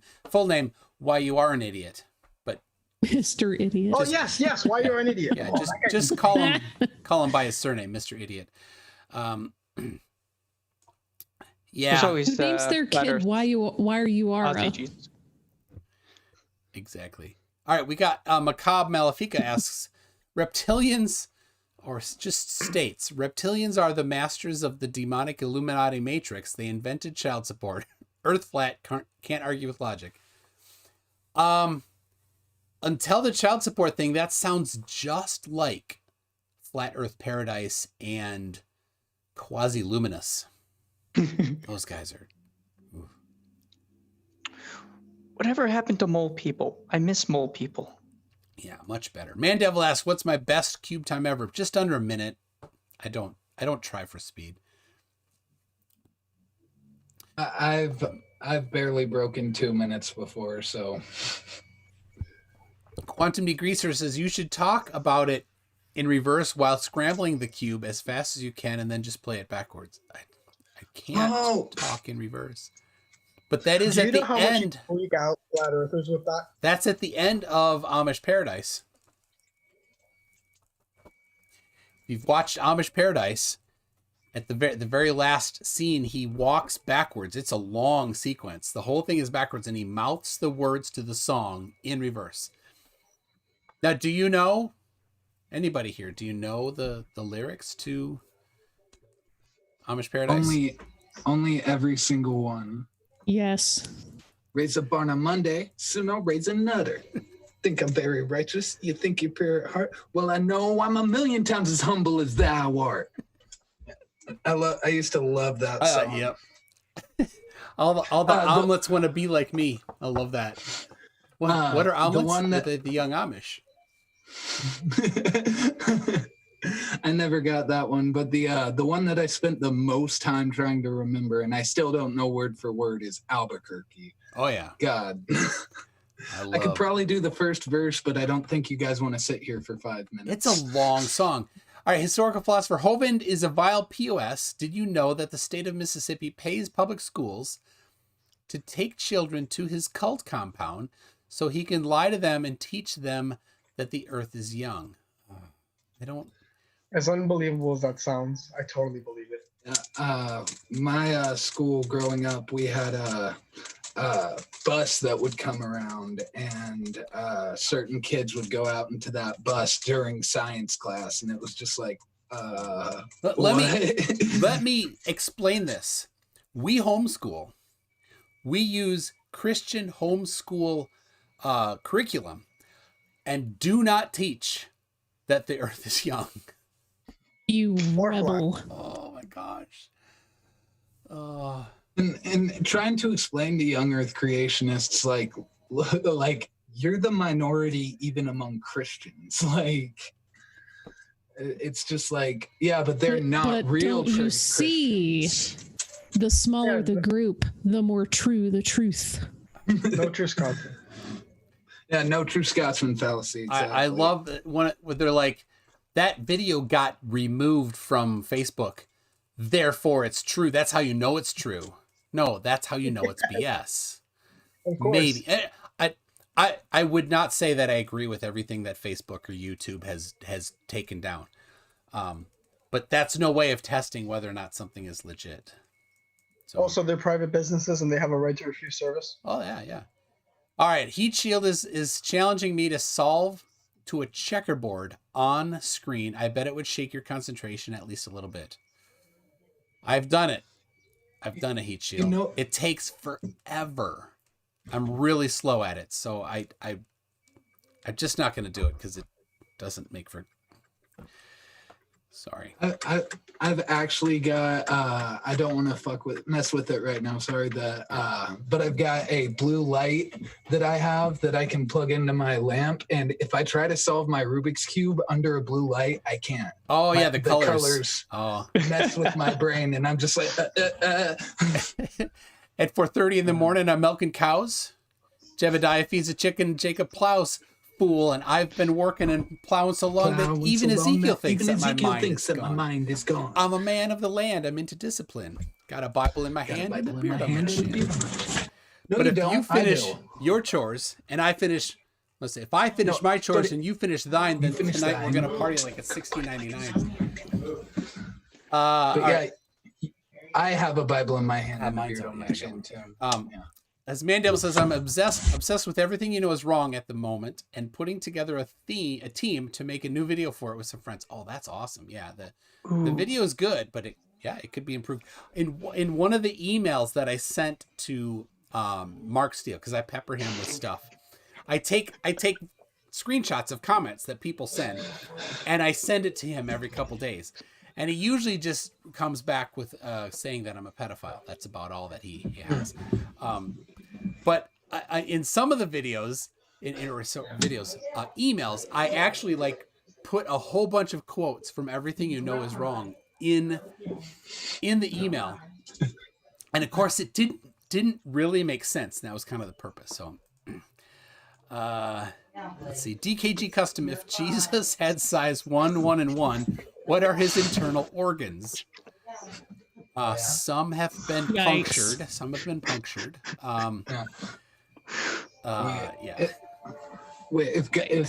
If God has the sides 1, 1, and 1, what are his internal angels? Angels. I like it. Also, apparently, the cosmology of the universe has been rewritten to suit internet meme culture. There's a tweet that I posted to you. It says, turned on Twitter to discover people didn't know Sky Daddy and Ceiling Cat were in fact other names for God. Okay, maybe Ceiling Cat isn't God, more like Morning Star before the Great Yeet. So from henceforth, the Big Bang shall be known as the Great Yeet. Jord, it would have to be Michael, Lucifer, and probably Raphael, maybe Gabriel. I can't. I couldn't even name amateurs. You didn't even mention Metatron.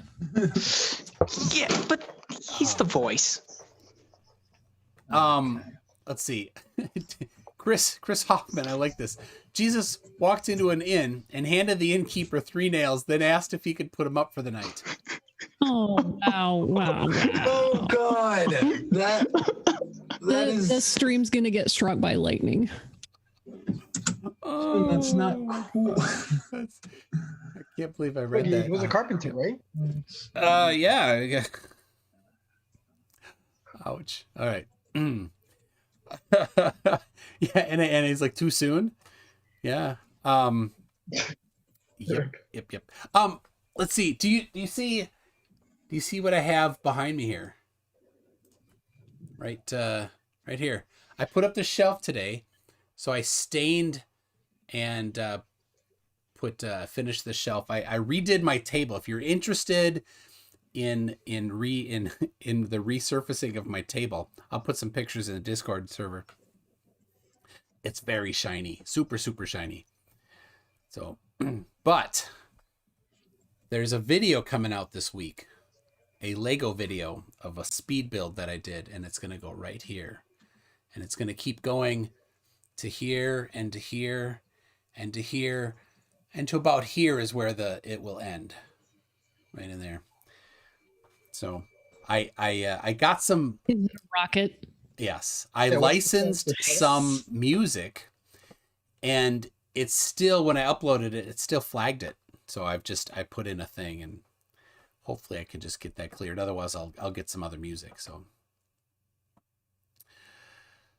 there you go.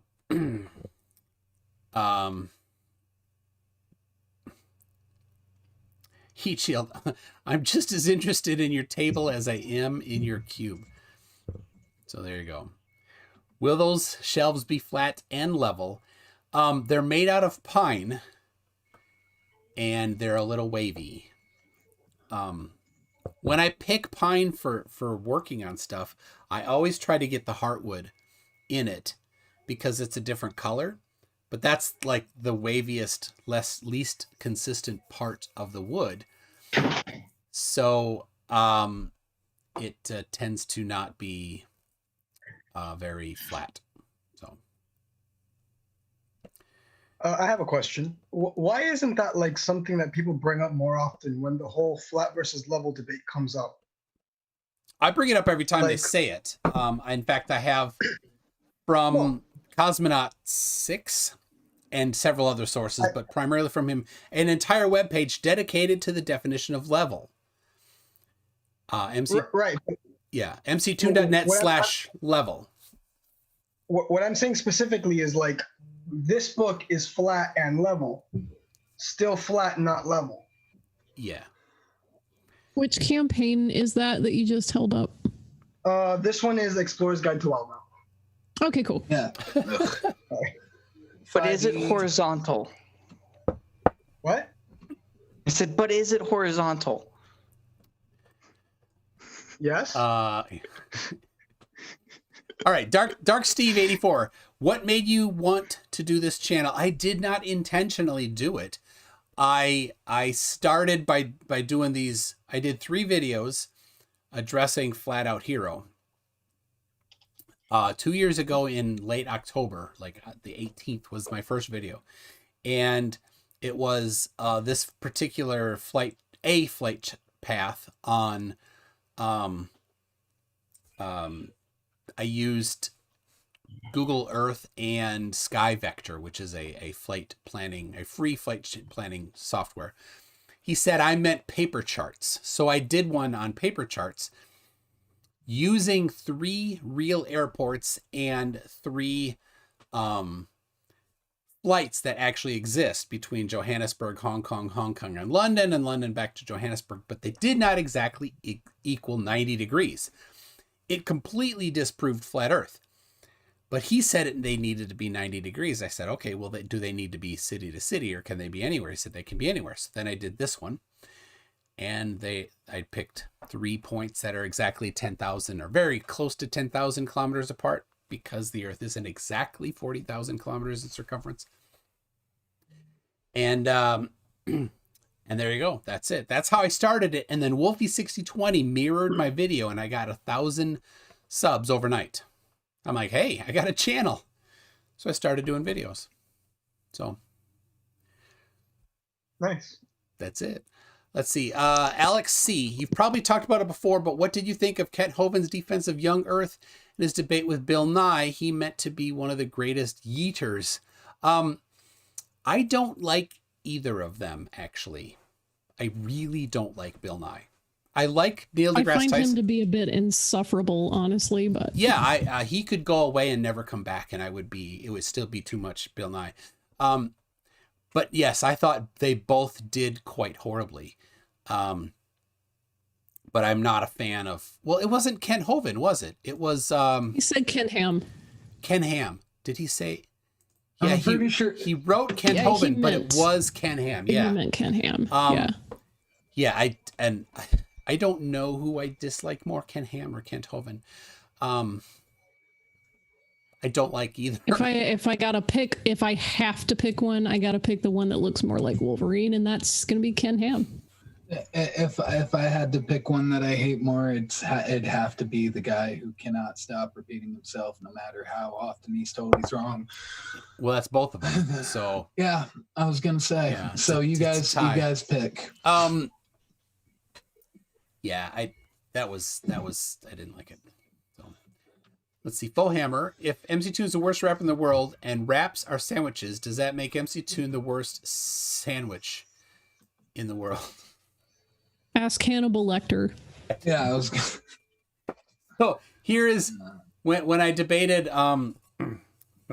Gleam, and I'm like, I challenged him to a rap battle. So he actually rapped, and then I unwrapped this, which I had wrapped in wrapping paper. And on the back, I wrote a message to him because it was a throwdown, and I misspelled cotton. Gleam is a cotton-headed nitty muggins. There you go. There it is. For those wondering, classic. This is from the floor in this room. That's what this floor looks like. So Punchy's seen it. Do I ever speak with people in real life about flat earthers? Do their eyes glaze over like when I talk to my friends about them? I do. I don't bring it up, but the people at work, they know. My friends know. So yeah, actually a friend of mine drove to Alexandria, which is 3 hours away, and back on Saturday, I think. And did a bunch of stuff there when he came back. And so like all day he was peppering my comments with stuff. I'm like, what are you doing? You're like all my different videos he's commenting on. I'm like, what is going on? He's like, I had to drive a long way. So I'm like, sorry. Eat Shield in the comments just said, from the floor in this room, just like your favorite potato chips. Wow. Wait, are ketchup chips even potato chips? Yeah, they're made out of potato. Yeah, I've never seen a ketchup chip. I don't believe they exist. Oh no. Belief is not required. Please don't. That's not an experiment, Toon. I will not be eating them. No. Thank God. They don't smell good anymore. So why haven't you thrown those away? Well, next time I see Punchy, I'll give them back. Oh, what? Oh man. Have they We started changing gotta color get Flunchy and Concavish back for like a 3-way debate with McFlatty. Yeah. I suppose maybe Concavish needs to get a Yeah, she's gonna need an ally. So Yeah. you guys go find your best hollow concave earther and send him this way. best. That's funny. Look, Yeah, I'll do right. anything for that. Best equals worst. I tried to get Hip Hop Hippie because He's scum. McFlatty challenged myself and FTFE to do a 2v2 debate with him, with McFlatty and Hip Hop Hippie. And yeah, I know what you're thinking. There was a plan. So but the problem is that Hip Hop Hippie went and looked up McFlatty. Why would he look up his debate partner? I don't know. And then thought for some reason, just because McFlatty looks like me, he thought McFlatty was me. I can't believe. And so Rude. that was actually the night that Russian Vids came on with FTFE. That 33 Wait, is a always flat talking about. earther did research? Right. Well, all we know how to do is watch YouTube videos, so. But hey, if you look a couple weeks later, Hip Hop Hippie did come on with myself and PhD Tony, and we did a point sparring debate. Oh my gosh. Yeah, it was 8-0. Hip Hop Hippie lost pretty bad. I'm not surprised. He's a human skid mark, honestly. Yeah. After a night of eating spicy wings. Yeah, he's a Holocaust denier, so I don't have time for people like that. He's pretty insane. Yeah. Doesn't he believe like way crazier shit? I mean, there's not a whole lot more crazy stuff than that, but I also Right. probably But like, biased, so that's like one of the established conspiracy theories. I'm talking about like, one of the. but yeah, he believes lots of horrible things. That's one type of person I'll never converse with. I don't care. Well, the second they bring that up, the conversation. Yeah, and that's care. one of the things that I just kind of remind people when they're like, you should get out of your echo chamber. Like, not all views are equal. And I refuse to engage with bad faith arguments and people who deny stuff like that. So yeah, exactly. Well, and there's one I think that for me is more disgusting, and that's Flat Earth Aussie Roscoe. Oh, he's disgusting. He's the same. He's not just a denier. He sides with Germany. Oh yeah. He's an ardent and unapologetic white supremacist. Yeah, I've still got the screenshots. Yeah, his views are also absolutely crazy. Didn't he like get it with one of the community members? Damn it! Get what? He got into like an argument with one of the community members, I believe, because they're trans. Oh yeah, he says awful things to people. Yeah, like that guy's garbage. If I can answer Gauden Schreiber's question, is why are so many flirfs anti-Semitic, discriminatory, Holocaust-denying asshats? Oh, and I forgot misogynistic.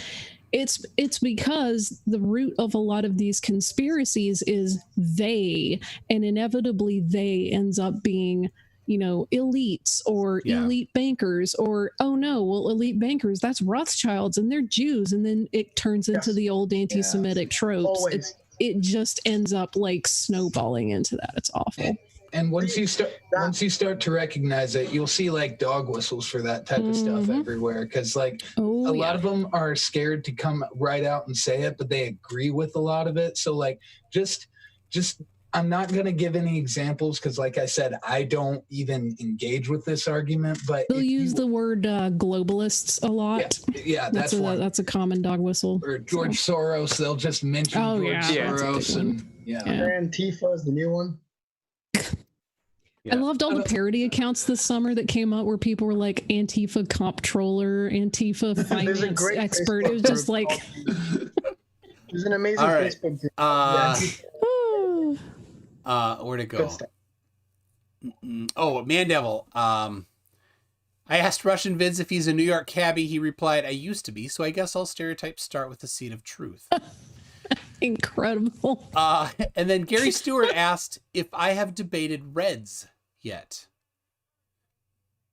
Why would you debate Reds? Why would I want to supposed to lose? debate Reds. Why would I want to lose so badly? I was supposed to debate Red's rhetoric on Star Wars, and he bowed out, and I'm mad about it. He doesn't. I mean, he doesn't care about Star Wars. He still would have beat you. I could debate. I could debate against Reds. I could take spherical Earth. He would take flat Earth, and I would lose. That's how good he is. Yeah. What would you even debate him on if you had the chance? Something for real? I don't know.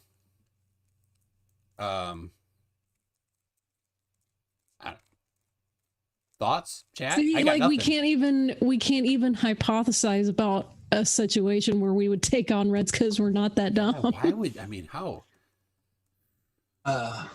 Can Reds debate pro Florida and you debate the opposite? I would. I don't think you even might Reds lose would that debate. one. I would be if he came out pro Florida. I would be pro Florida. If he came out anti Florida, I would be anti Florida. I mean, I would if I debated him, Wait. I would lose and then cry myself to sleep for the next 33 years. I think I'm not maybe interested. they meant Orphan Red and not Red's rhetoric. What if? No. It was really? plural. It was plural. So it's Orphan Red and Red Pill Philosophy. Reds. Oh, There you go. A 1v2. I would take that. Didn't Orphan Red, didn't she like change her whole channel name or something like that? yeah, It's not she's- Orphan Red anymore. I mean, she's still a flat earther, but she's it's something blue. Mensa. Isn't it like her No, it's cam girl, Mensa girl? girl. But yeah, there's also another Orphan account Blue, she uses for Orphan cam Blue girl was a stuff. different. Yeah, that was an older Yeah. thing. Apparently, I never Like her old side hustle. Yeah, Mensa girl, because she got into Mensa. That's so funny. Okay. I've had friends that have got in. They said it's actually a pretty easy test, so I don't know, maybe. Yeah, I mean, you just take a test and pay the fee. It's not that big Yeah. of a deal.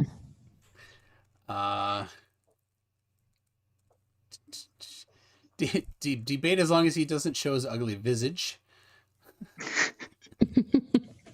I heard it turned Medusa to stone. Who debated Reds and couldn't grasp that down is different directions? Wasn't that Jism? Every flat earther. Yeah, I was about to say Yeah. all of them. But I'm pretty sure the one he's talking about was the Jeranism debate on the Non Sequitur show, because I'm pretty sure they stuck on that. Down is not Yeah. universal for a good minute. Well, there was also a debate last night, I believe. FTFE was taking on Flat Ferdinand, and Ferdinand was saying like, "Oh, there's no such thing as absolute directions, and water needs a container." And so he held up a jar full of water, and Craig was like, "Okay, cool. So turn the jar upside down." He was like, "No." Why? Because it'll spill on the ground. Okay, then why does it head towards the ground and not up? The dude was like, "Oh, density," and he's like, "Then why didn't it go up or to the side? Why did it go towards the ground?" Yeah. It's obviously Jug Earth. Obviously. I had Roberto Reeves signed up to debate, and then he ducked out at the last minute. But if you're ever on Facebook, he cannot stop commenting on my stuff. But he was going to come in and show flat Earth using natural things and water conforming to it. And then he wanted me to show water on the outside of a rotating sphere, which of course I was going to do. I still have it. Yeah. This. I was going to get the globe that sometimes is back there and just spritz it with water and apologize for getting it too thick and then spin it. And then I was going to ask him the same thing, because he was going to have a model with water in it. I was going to ask him to turn it sideways. If gravity doesn't exist and down is whatever, then he could turn it sideways, but like he's borrowing the down from the earth. So Yeah, I was going to say I've seen either marble or granite large globe Earth models that they have at like parks and stuff, and they'll have water running underneath it, and the water will travel all the way around it. Yeah, that's usually that's surface tension and adhesion. Yeah, It's not actually gravity. But yeah, it is a good thing. Yeah. So Alex C says, who would you rather debate, a dinosaur denier or a hollow earther? Like hollow, not concave? Oh, I don't know. Well, obviously the dinosaurs are hiding inside of the hollow earth. Here's the thing about like evolution, creation versus flat globe. We can't go back in time and observe evolution, right? So everything has to be indirect by a couple steps, right? But we can just go measure the shape of the earth today. So it's a much easier debate. And that's what I'm not here's a little hint. I just cheat. I make the other person take the factually incorrect stance. I can't lose. So yeah, I mean unless it's against Reds. But also we've measured evolution. We've seen it. Yeah, not at the same. I gotta say, I have to be honest. Sure, not in the macro. Not the same as we have measured the Earth, right? 500 people have seen it from a distance with their own eyes. 0 people have seen the long range evolution with their own eyes. That I think is their strongest. If you could say that they had like an argument, the strongest, I guess, piece of argument is that micro changes don't on their own demonstrate long-term changes, but honestly, because our human lifetimes are so tiny, there's not really any way for us to observe them on a macro scale. Well, so either way, that's not true, because our consciousness is collective as humans, in the sense that you know, whatever we discover. Yeah, I know. Like, you collect knowledge as you go along, but it's exactly. The whole idea is like, well, I personally didn't see it, so it's kind of sure. But I mean, oh my gosh, I was going to say not according to flat earthers, right? But we we lived alongside Neanderthals and stuff like that. You know, keep talking. It was real. Can you hear us yet, Toon? Hello. We are talking. Oh, you can't hear us? Talking. Yeah, no. Toon said he couldn't hear us for some reason. I'm just really? Weird. Line. So look at me. I am the channel now. Yeah, guys. So our channel. Change the name. Hurry quick. I now have 10,000 subscribers. Yay! Woohoo!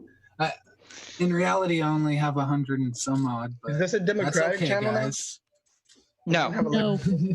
I am in charge. There's been a coup. I claim this stream in the name of the Romulan Empire. Jill on true fools. Just claim voter fraud. All right, I can hear again. Damn. Let me. I just got an email from Rad Vlad. Vladfish. Yeah, I just listened a little bit to your live stream, and this guy needs my help. Ask him if he's man enough. He's not addressing this to you. Ask him if he's man enough to face me in a debate on your show. I'd like to slap him around a bit and then mop the floor with his funny face. It would be good for him to be proved wrong about everything he believes. He will be humbled, and that will make him a better man in the end. He is. Is that addressed to me? That is addressed. No. That is addressed. All right. I don't know why he picked this person, but that is addressed to historical philosopher. Are you still here, historical philosopher? What? Okay, Vlad Blobfish. Okay, Vlad. Challenge. Oh my gosh. I'll read that again if he missed it. Oh, there he is. He says, "Yes, I am." Vlad Blob. Did you hear? Did you hear that there, historical philosopher? Vlad Blob, King came on this channel. you can't even handle faux hammer, man. Like, and that's easy fish. I'm just kidding, faux hammer. Faux hammer You did well. great in that debate, Man, by the way. But Vlad got bodied by faux hammer. Just absolutely. Yeah. I like historical Hear, philosopher. like, Why does he the want old me? school, like 1990s, like WWF wrestling intro when faux hammer stepped into the debate and Vlad came out and it was like, "Wah, wah." oh god. Like that all right. time, Mankind, Hell in a Cell, etc. Yeah, Dude, I watched wrestling when it was like Undertaker body slamming Yokozuna. That's how old school I am. Nice. a And we historical did it philosopher. twice, by the way. Historical philosopher asking, why does he want me? I don't know. But hey, if you're up for I it, don't know. let's make it happen. I would watch that.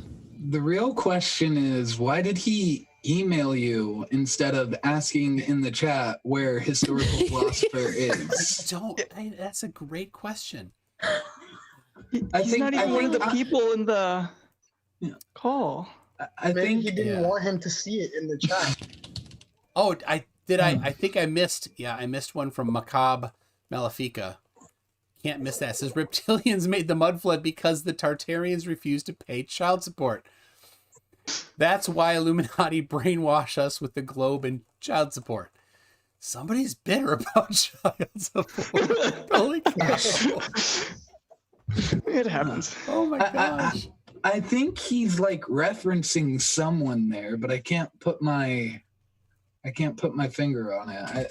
It rings a bell, a flat earther talking about child support, but I can't place it. Just the horror of thinking that a flat earther may have procreated is just. They all have. I mean, apparently, allegedly, Dave procreated. Oh. And all I can wonder is that before or after he started drinking pee. Oh, Macabre says, I'm calling flat earthers deadbeats, useless dads. There you go. I challenged, with that, he didn't know who I was, but I started sending messages back and forth to Insane Dave, allegedly Insane Dave, definitely Insane Dave's son, Connor. And he's like, yeah, that debate was on Lad Bible was not good because it was much longer. They cut out everything. I'm like, you totally should, debate somebody and, live so it can't be cut out. He's like, yeah. I'm like, how about Tuesday? No answer. He stopped answering me. All right. Dead Job says, do you think Nathan Thompson is a Poe? And somebody else may have asked that too, or maybe it was just Dead Job. I do not think Nathan Thompson is a Poe. Of all the flat earthers, he is last on the Poe list. I met him in person. He is as much of a POS in person as he is everywhere else. So, yeah. I mean, to be fair, I honestly think he's a Poe. I have my own reasons for saying that, but I mean, it's not hard to keep a character up, it's not difficult if you have if you're dedicated enough. It's not hard to play the character in person. He's not dedicated to anything. He's True. So just. He's not even dedicated to giving his dog a decent diet. I know. I have to agree with Jordan. I also think he's a Poe, just with the amount of clout and money and shit he makes. He reminds me of those evangelical figureheads. You know what I'm talking about? Like the televangelists? Yeah, those televangelists. guys. The thing is with That's what someone like Nathan is that he's such a narcissist that everything else is secondary. The fact that he makes money off of it is just a bonus for him. He just needs to be right. He needs to be the center of attention, all that stuff. Right, but I 100%. I do agree that he's a huge piece of shit and he doesn't believe any authority. He's on the fucking peak of Mount Stupid and Dunning-Kruger.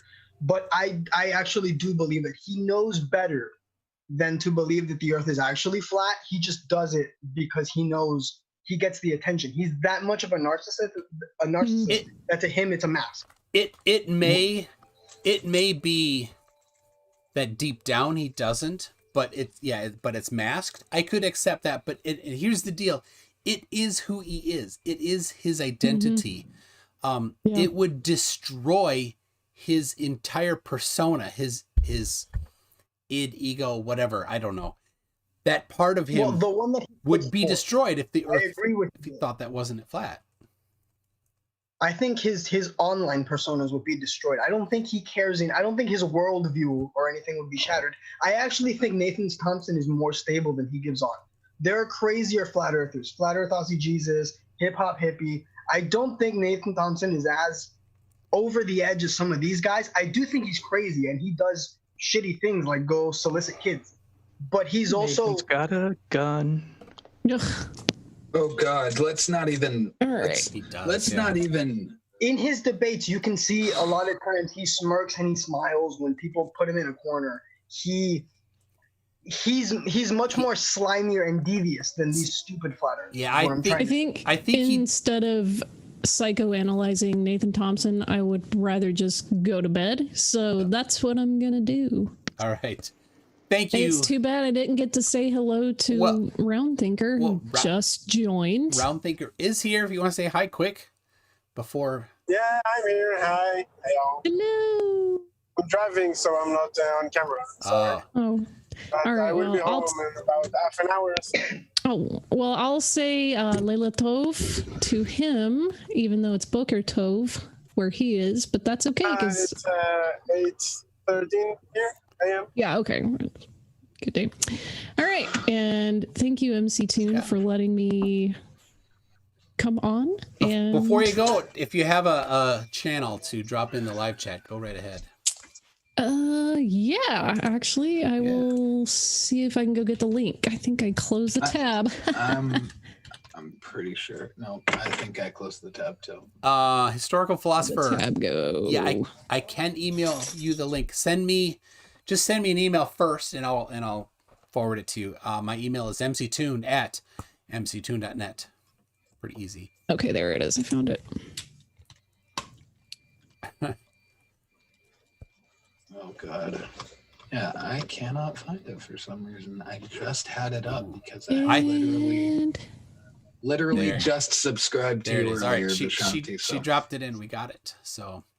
Buenos noches, la revedere, all of that. Gonna sing it in German, like Sound of Music too. I don't really speak much German. What is Romanian? Hang on, I just had it. Noapte bună. So. All right. There's Romanian, right? Awesome. Cool. All right. Thanks for helping. Yeah, anytime. Getting people in. Later, Vishanti. Good night. All right, we've got Macabre. I think has a good wrap up on Nathan. I think you're mistaking Nathan's bravado for awareness. He smirks and smiles while condescending to goad his interlocutor into becoming aggressive. I think I like which is that why one I most, think yeah. he's like he knows debate tactics. He knows fallacies. He's smarter than he lets on, even though he's a complete idiot. Let's be honest though, he doesn't really understand half. I mean, what did he say? The bottom up fallacy in the Arn Raw debate? He's just making up fallacies. Yeah, he doesn't understand them. He just throws stuff at a wall and occasionally something He called it a sticks. hat trick fallacy because he had 3 fallacies. If I remember correctly, the bottom up fallacy was invented by what's his name? The Aetherbend guy, no? Oh, Travis? Travis. The Plain Truth? Yeah. In one of his debates with you, he stated up this bottom-up fallacy and tried to explain why things go blah, blah, blah. Yep. All right. Historical philosopher, I am emailing you the message from Rad Vlad. So there you go. Got it. Why it took me this long to figure out that I could unmute and mute myself with Alt+A, I will never understand, but hi.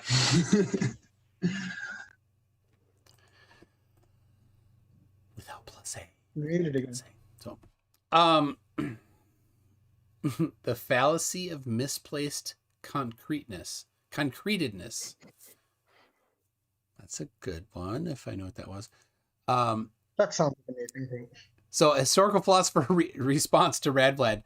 I'm well educated. I have a degree in history / political science and an MBA, but I'm not well versed in science. I mean, I understand science well enough to know the Earth is round. There you go. Radvlad. But do you though? Where are your experiments? Oh my gosh. You have to demonstrate it to me. Like a video. Like that's the only way that you can do science is in a video, according to what's his name. You can't write a report on it afterwards. Spurs. Yeah, you can't. Yeah, there's only certain ways that are allowed to communicate the results. That's just on paper. Why do you get your worldview from dead men? Yeah. Skydiver Tanner's taking the dogs for a walk. Have a good night. Stay safe, everyone. It is 12:17. Skydiver Tanner is in Minnesota here. Careful. You might get attacked by wolves. Are there moose in Minnesota? Yeah. Northern Minnesota, there's a good number of meese. The only time I've ever seen a moose was I was riding four-wheelers with a couple buddies in the Upper Peninsula of Michigan, and I did not believe they were that big. I'm more scared of a moose than I am almost any other animal I've ever encountered in the wild. I've only seen a moose in Alaska, and they are ridiculous. Yeah. I tell you, I have run my ass away from that moose when I saw it. And they don't even have to try to hurt you. They'll just bump into you and you get crushed. Yeah. So. You ever seen them fighting? That's nuts, dude. Oh, yeah. Don't be close. Have you ever seen giraffes fight? That's funny. Oh, yeah. They're just slapping each other with their necks. Yeah. Oh, that would be so sore the next day. Oh, God. All right. Well, got it correct. It is. I'm kind of with Skydiver Tanner. It's been over 2 hours, and I've answered all the questions so far. I was stumped on a few, I think, especially the non-science ones. Magic the Gathering for sure. Hey, come on! You got to be well versed in all nerd topics. Science isn't the only nerdy topic, Toon. Yeah, got to expand your fan base. Talk nerdy to me. I do play one game, and it is in fact I'll show you. Yeah, I'll talk nerdy to you like a surgeon, MC Toon. Yeah. Do it in ASMR. Oh, I gotta get right up close to my mic and talk. Let's see, I don't know if you guys can even hear that. You should try to say basic trigonometry like that. Basic trigonometry. All right, there you go. The one game I play. And so if Team Skeptic, hi team.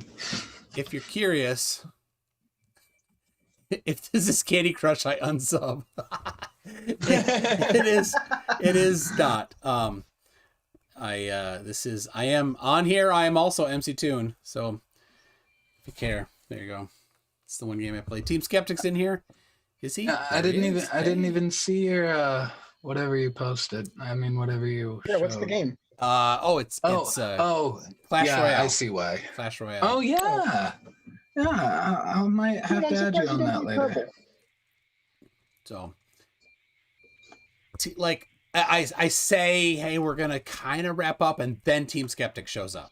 What's up with that? Because he hates me. That's why he hasn't given me a wrench on his channel yet.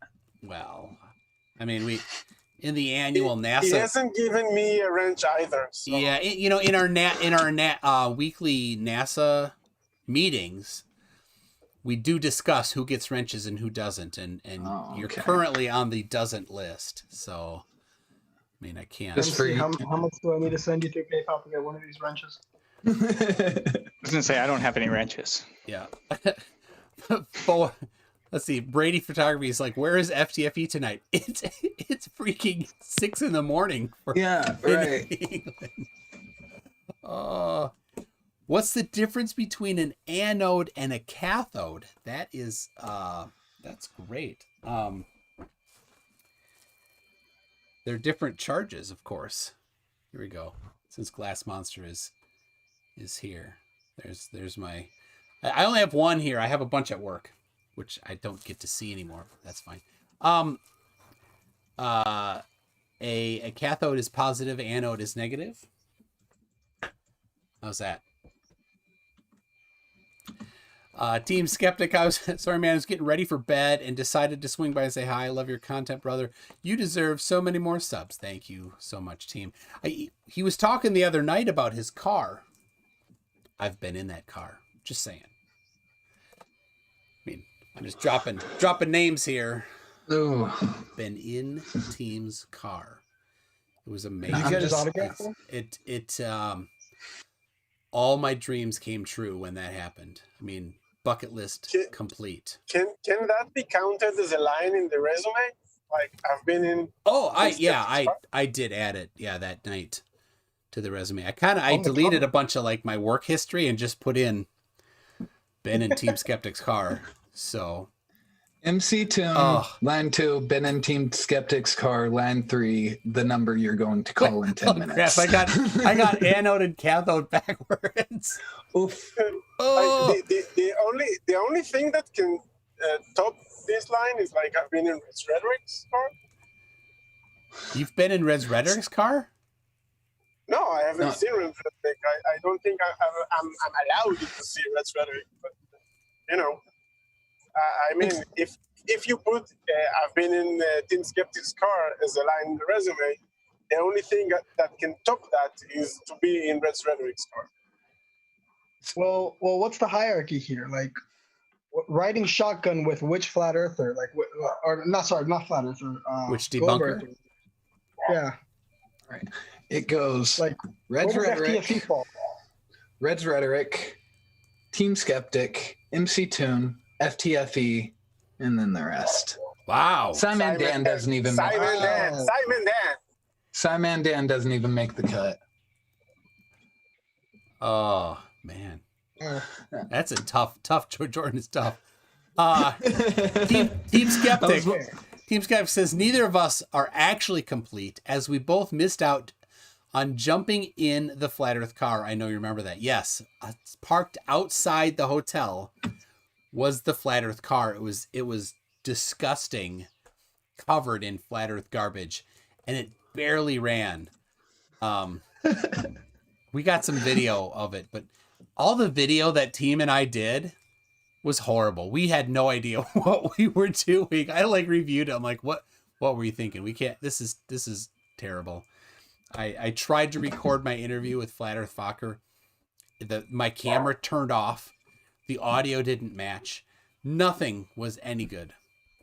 Yeah, we absolutely sucked. I have better. I have a proper camera and a mount. I actually got a mount for this, and then that can plug into the camera so I can actually use an external mic. I mean, I'm way better. So. Fancy. Glass Monster is saying bring Glass Monster and Team Skeptic on. Team, you want to come on? You can come on. My poor Mike here. He's on the way to bed. I mean, he's already put the mankini on, and he's ready to slip into his sheets, which you know are covered with Borat's face and buttocks. Oh God. Excuse me, Team Skeptic's mankini is the mask for COVID, not the pajama. He puts it over his face. At the end of the night, he takes it off and puts it over his face. All of Team Skeptic's masks are just recycled mankinis. Oh, gross. It It doesn't matter if it's yours, somebody else's. It doesn't matter. Well, I do think there's a difference there. Yeah, you can't get yourself sick off your own germs. All right, that's not what I was going. I got both Team and Glass Monster sent. We'll wrap it up with some real chaos. We've still got Mute Donkey in the chat, who's mute. Really living up to his name. Yeah, that is well done, Mute Donkey. Let's see. Some consistency there. Yep. That's it. All right. Do we have that's Glass Monster? There it is. Ooh, Glass Monster. Switches here. Just a minute. Hello, my friends. Team. Hey, team. How are you? There. Am I heard? Yes, we can hear you. Hit the right input. I feel great, but I'm exhausted. I've been up since early this morning, and I just had a great show, and I love it. I feel exhausted, but I love it. How you doing, Toon? I'm great, man. I had a fun show with Spurs. Dude, hold on. You rocked, man. You had fucking like 500 or 600 fucking viewers, dude. I was around 500. Extremely impressed. I was extremely impressed. You deserve it, man. Oh, thanks. I've said it for the longest time. I think that you're one of the better debunkers in this community because you know how to keep your cool, and a lot of the things you present, you do it in such a professional way that it's so hard to argue against, and it's so hard to argue with.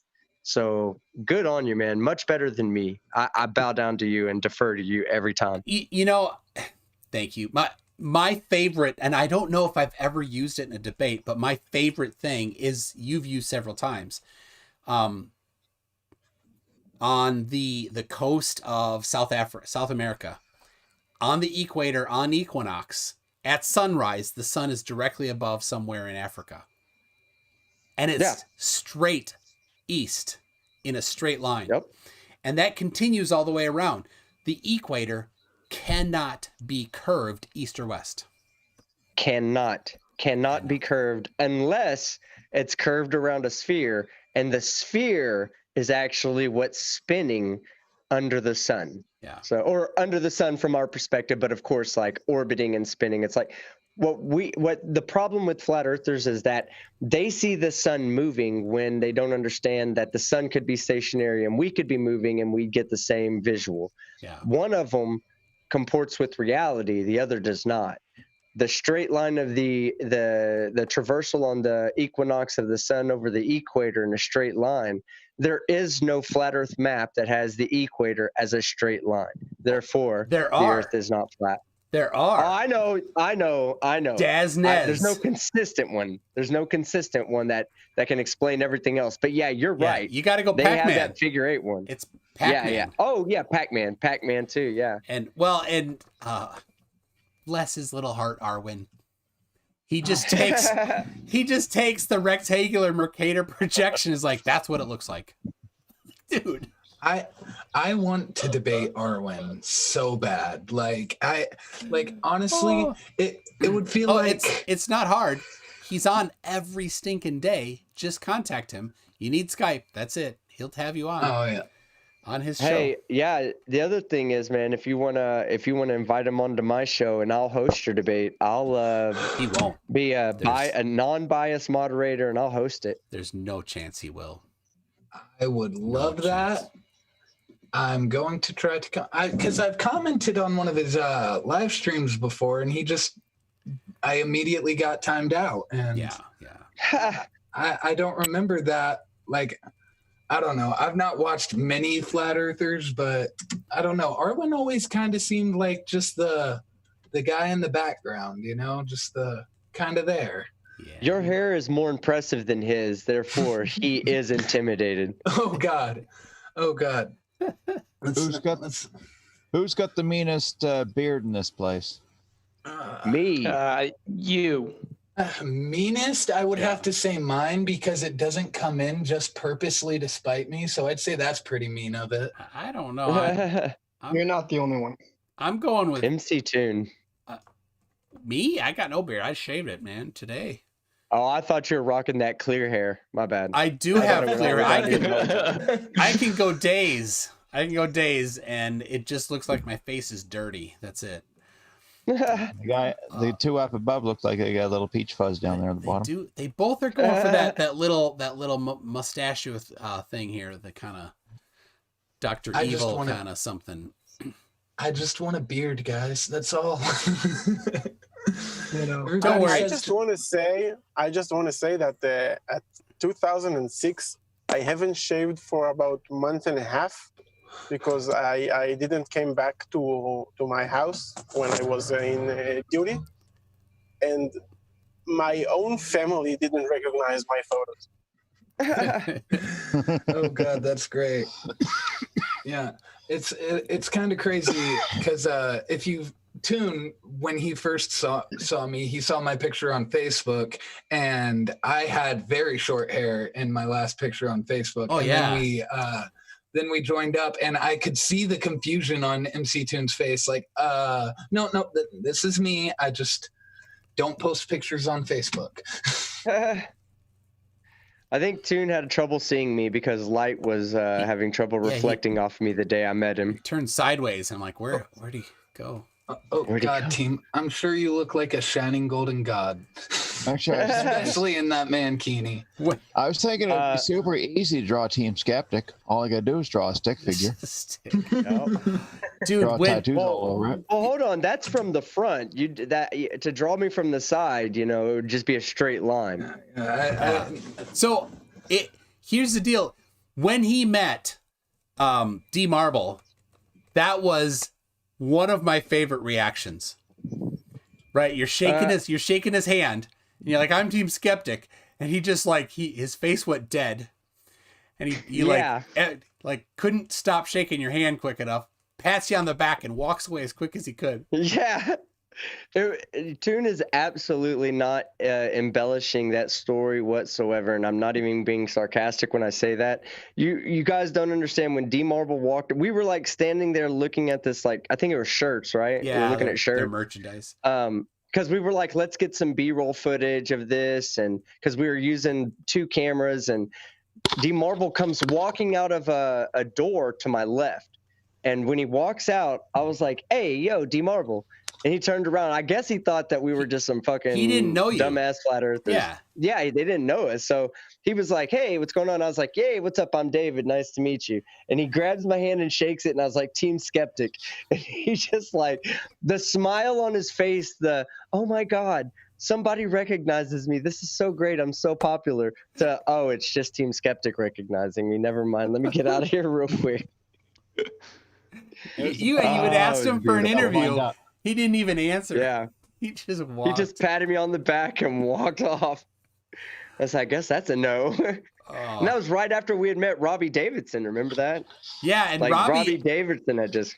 And Robbie, at the time, was fetching his goon to kick us out. Because it was just... Yes, the absolute polite... a couple seconds, yeah. The absolute polite Texas Ranger, yes. He did walk us out, or I guess he, state trooper, I guess he was. I don't think he was a Texas Ranger, but state trooper. He absolutely walked us out and told us that he's like, "Hey, if you want to catch those guys, just go around here because that's where they're all going to go." Oh, he was so awesome. He felt really bad. I tried to be a Karen, though. Before I even knew what Karens were, I tried to be a Karen. Do you remember? I was like, yeah, but we're just here expressing our First Amendment free right to gather. He's like, no, that ain't going to work, man. This is a private venue. You're going to have to go over here by the, they paid. By the lobby. I was like, I'll just try. I was trying. Fuck it. So, so then he's like, here's the line. I'm so sorry, Toon. I'm so sorry. I won't curse. I'm sorry. Yeah, you're 75 in. That's okay. Team Skeptic not swearing? That's strange. I try to respect. I try to respect Toon's channel because I know Toon does a lot of family stuff, and I love this channel. This isn't the family. But yeah, so he's like, so how this would line. we know it is you? Yeah. So the guy's like, here, this line here is the conference area, and there is the lobby, and you can be in the lobby. So we spent the most of the time in the lobby or outside. And we met a lot of people. You had an interview with Flat Earth Fokker. Yep. I got an interview with Mark Sargent. We both got to see Nathan Thompson run. And then he's so busy, right? And MC Toon will tell you this to be factually true. He's so busy that he has to get to a dinner, can't have a conversation with me, but can go grab what he thinks are goons and come back to videotape this guy trying to bully me and Toon and all of us.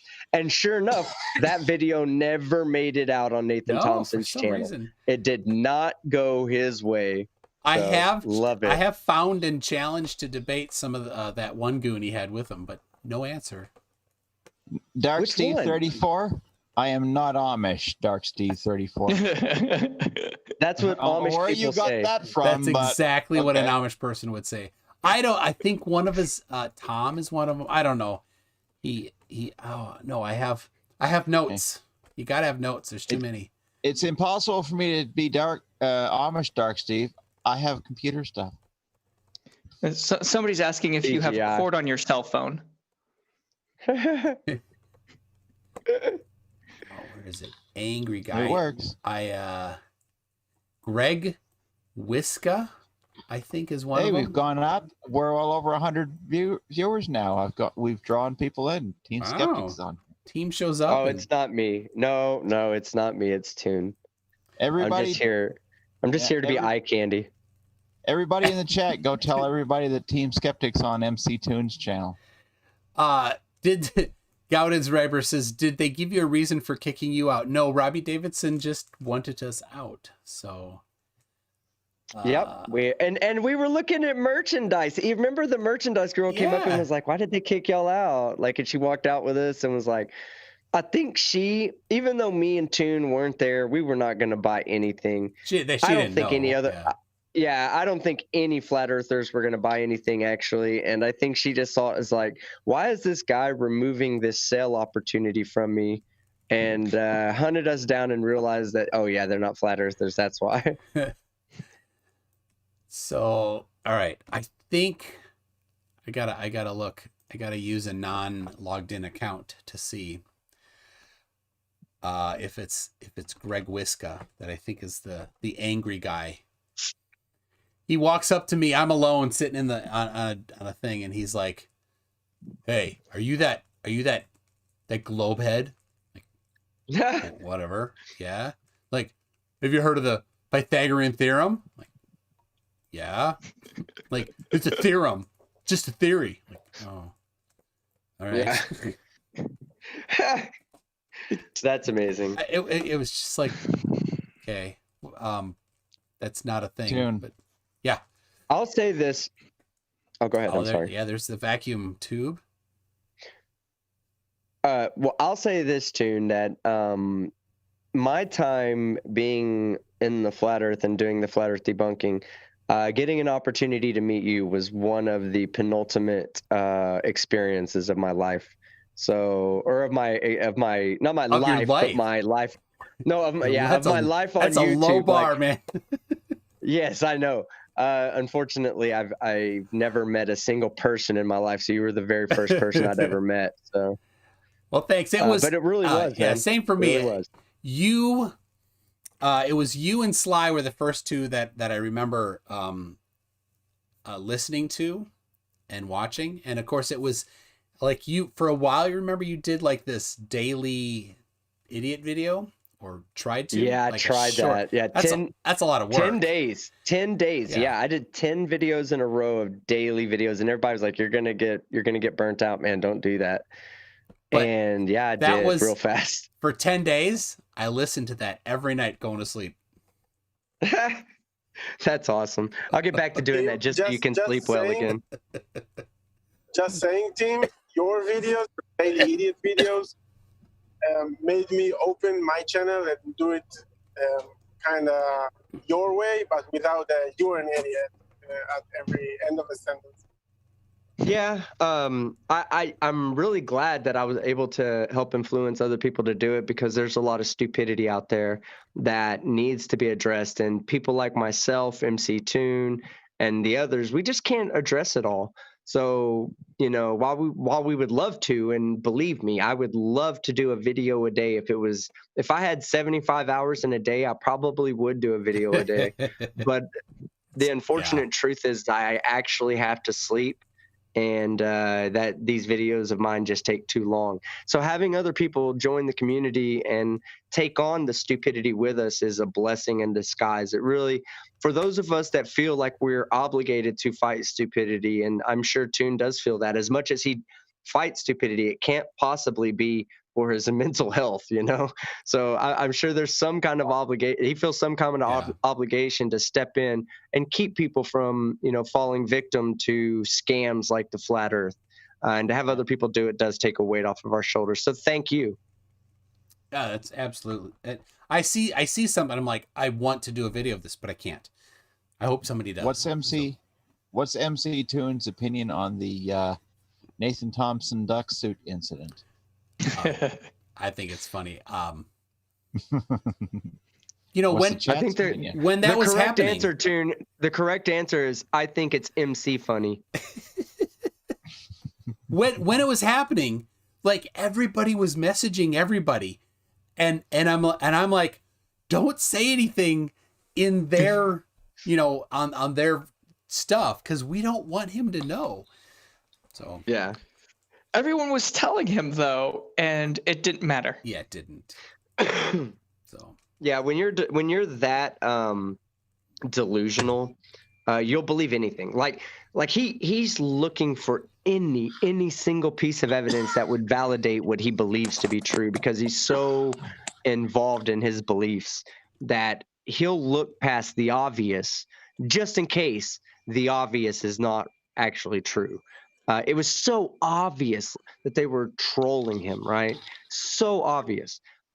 Talking about folding toilet paper to get to space. Are you kidding me?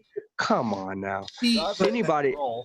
The largest magnetic field ever produced was just this little piece of electronics connected to a car battery.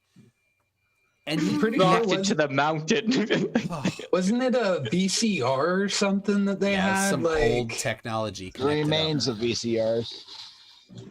As Vishanti said, he's too narcissistic to let that aside and actually realize what's going on. Yep. And I do think it's funny, though. I wanted to mention this earlier when you said going to sleep to Teams videos. I do think it's funny. Right now I'm in a chat with two men whose voices I've fallen asleep to, so that's weird. Wow. Team and Glass Monster. Yeah. Amazing. No, I tell you. To sleep with Neil deGrasse Tyson, just saying. Oh God, yeah. Star Talk is amazing to go to sleep to, but your guys' debates, I think the stupid just ends up wearing me out, and it knocks me completely out. Yeah. If you're listening to my debates as you go to sleep, I am 100% sure you have nightmares, because I've never had a debate that was not nightmarish. And that is the weird thing about going to sleep, because I need something that I won't have to find something new, you know. So I need something at least like 30 minutes long, and it is kind of weird because I'll dream, and then I'll wake up and I'll be like, wait, did I meet Team Skeptic last night? Or sometimes I remember one of the first Rad Vlad debates I saw. I remember vividly dreaming his face and waking up in a cold sweat. Yeah. Like, oh God. I should try to arrange a meeting between Team Skeptic, Brainy Beaver, and Thunderfoot. Oh God, I've got some mixed feelings on Thunderfoot, but you know, It's kind of the same problem I have with FTFE. It's just personal. I don't like the R word. And FTFE, he's sparing with it, but Thunderfoot, I feel like he just drops it just to be, I don't even know like why he uses it so much. Some people, it was the go-to insult growing up for a lot of people. So you just keep using it. Right. I do get that. That's why I'm not like, oh, he's a bad person for using it. It's just, I hear it, my skin crawls. I'm like, it feels like a dirty word to me. Like not even a bad word, just like. Well, I'll be the first to admit that I have an issue saying it too. My thing is that I don't know. I guess it's just hard for me to, I used to feel like I was holding myself back by not saying it because I'd want to say it and I'd be censoring myself to make other people happy. And I understand that not everybody will appreciate it. And I'm totally cool with other people even calling me out on it because I've said some pretty jacked up things that were worse than that. Like what I'll tell you, the worst thing that I've said so far, and I didn't even think it was that bad, but I guess now I understand why it's so it's inappropriate to say.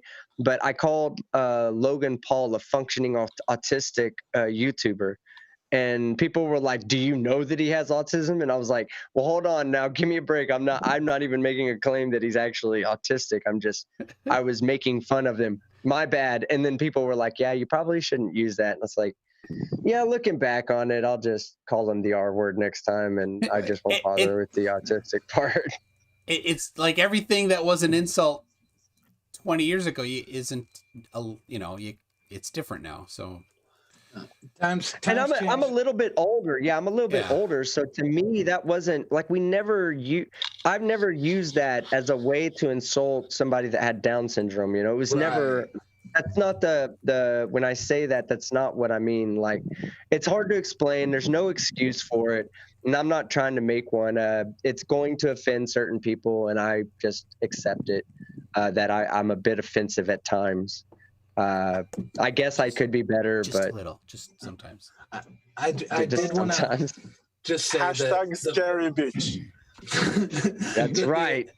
The fact that you don't use it in that context is pretty, because there are people who don't care and they'll call anybody, like even somebody who is, and they'll use it as an insult. And it's like, yeah, no, I can't. Because I'm the type of person, I don't need my blood pressure raised, Yeah. I'll get red in the face screaming at somebody. I know too many people who would be heartbroken to hear those words, and it's more important for them. Really quick. I agree with you, Jordan, that it is a slur. But I'm also in the camp that since it's no longer a medically used term, it's not you don't necessarily call someone with Down syndrome or autism or anything like that retarded. And the word retardation has other meanings besides mental retardation. So I look at it in the camp that yes, it's a slur, and you probably shouldn't use it as often as people do, especially against people with some sort of mental illness. On the other hand, in common parlance, it's basically been relegated to a synonym with stupid. It's just another word for calling someone really, really stupid. And in that sense, I don't think there's anything wrong with it, especially because it's no longer a medically useful term. And just like I said, I'd never want to censor anybody. I'd never say, no, you can't use that word. That's a bad word. But it just, to me, like I said, and it's also handy to describe setting a lag on the timing on, say, an engine or something, as into retard the timing. Is a term. Yeah. The retardation of electromagnetic waves. I mean, there's a lot of uses of basically just means slow. All it really means is slow. But that's not just slow it down. But that's not what we're meaning when we say it about a flat Earth. Oh, I know. Yeah. Come on, Toon. Quit peeing in our Cheerios, man. We're trying to. Let's say you're trying to justify. I get it. That's exactly what you're meaning. if I can continue playing devil's advocate here, let's say I said someone's mental lapses were retarded in the sense that they're slow. I mean they're about 2,000 years slow. Yeah, right. Yeah. Right, but like maybe some person's mental synapses just are really slow. Maybe Nathan Thompson is just really slow. He'll get there eventually. The one thing I've learned, Thompson's not slow; he's stationary. Completely stationary. But I know a lot of the people on here. I know a lot of the people on here are content creators, and but so I want to tell you, man, that no matter what words you choose to use, and I've experienced this myself, no matter what words you choose to use, you're going to offend somebody, and that in itself, you just have to realize that that's the way things are. That somebody's going to be offended no matter what, and try to do your best to limit the number of people you offend. You're going to offend somebody, but don't worry. Just ignore it. You're going to offend somebody. I get, I don't know if you get this too, but almost every time I announce that somebody's going to come on, I get a communication from somebody saying, I can't believe you would platform this person. They're horrible. Almost every time. And I'm like, if I listened to that, I could not actually have any debates, right? I'm bringing them on. There would never be a debate. I'm bringing them on because they're horrible. That's what I'm doing. Yeah. That's the purpose of bringing them on. I was going to say, I think there's one thing with somebody like the Alex guy that's been on Modern Day Debates a lot recently, and then some of these other people that, where the whole point is to debunk what they're saying, where that Alex, when they're just doing the shock jock routine and they're just going to sit there and yell and stuff, then it kind of... Who's this Alex guy you're talking about? Because you're talking about yelling. Oh, wait, the guy, the one guy that me and you both wrecked. Okay, yeah, he's an idiot. Yeah, he's one of the dumbest people I've ever had the displeasure to talk to. On the topic of platforming, I think the problem with platforming is when you do it without the intent of trying to make that shitty person look shitty. Toon, you do a good job at it. Or you make them, like you said, you take the easy route and you make them look like the idiot. I think the problem is when you have someone like James from Modern Day Debates who will platform Nathan Thompson and just let him say whatever he wants without any pushback. And that, I think, is the problem with platforming. Yeah, so you make a good point. I can't wait until the Raw Team Skeptic video takes place. So Graham Price says, nobody should be hosting Alex/Conspiracy Castle. That guy's a dick. There you go. I want to say that I feel like I absolutely smashed that dude on Modern Day Debate. You scary bitch. Brady Photography. You didn't need to delete that. But he's a moron. Graham has an excellent point. And he's kind of supporting, like, if I were to announce that I was going to have Conspiracy Castle on, Graham Price might be saying that exact thing. I can't believe you're platforming him. He's horrible. And he is, but you're not platforming him. Platforming him is giving them the platform to spew. Yeah, that's true. Giving them free reign, like James does, and exactly. Yeah, and I typically, especially if I think that they might get off topic. Before we start, like off camera, I tell them we're not going to go off topic. And you mute them. And if they do, So Hip Hop Hippie, many times in the run up to when he was on with PhD Tony and I, many times I'm like, we are not going off on any other topics. And they have to, because they get backed into a corner. They have to start, pulling things out of nowhere. Well, and they have no evidence or anything to back their claims up. So they have to go to, you believe this, then you might also believe this, and to them it's all, everything is bullshit except the YouTube they watch. Well, I'll say that I I don't appreciate when they do that. I understand why they do it, but I don't appreciate it. Like, I'll never let somebody get away with saying something like that, like very hateful stuff, like school shooting stuff or 9/11 stuff or anything like that. I won't let them get away with that, but I understand why they go to it, because in their conspiratorial minds, that must be true also, because the government's lying about the shape of the earth, they're lying about free energy, they're lying about this, they're lying about that, and it all just gets grouped in. So when they want to validate their own claims, like when they say, yeah, the government's hiding this, and you're like, what do you mean the government? Well, look at this, and look at this, and look at this, and look at this. And then you say, well, those are all real hateful things to say, stop bringing them up. And then but you never stop to think that's actually part of their argument, you know. It's not a good thing to say. It should never be. It definitely, what you were saying earlier, like if you allow them to spew that nonsense, you're platforming them. When you bring them on and they start to spew that nonsense and you shut it down real fast, you're addressing the bad ideas with competent good ones. And that's the key to debating.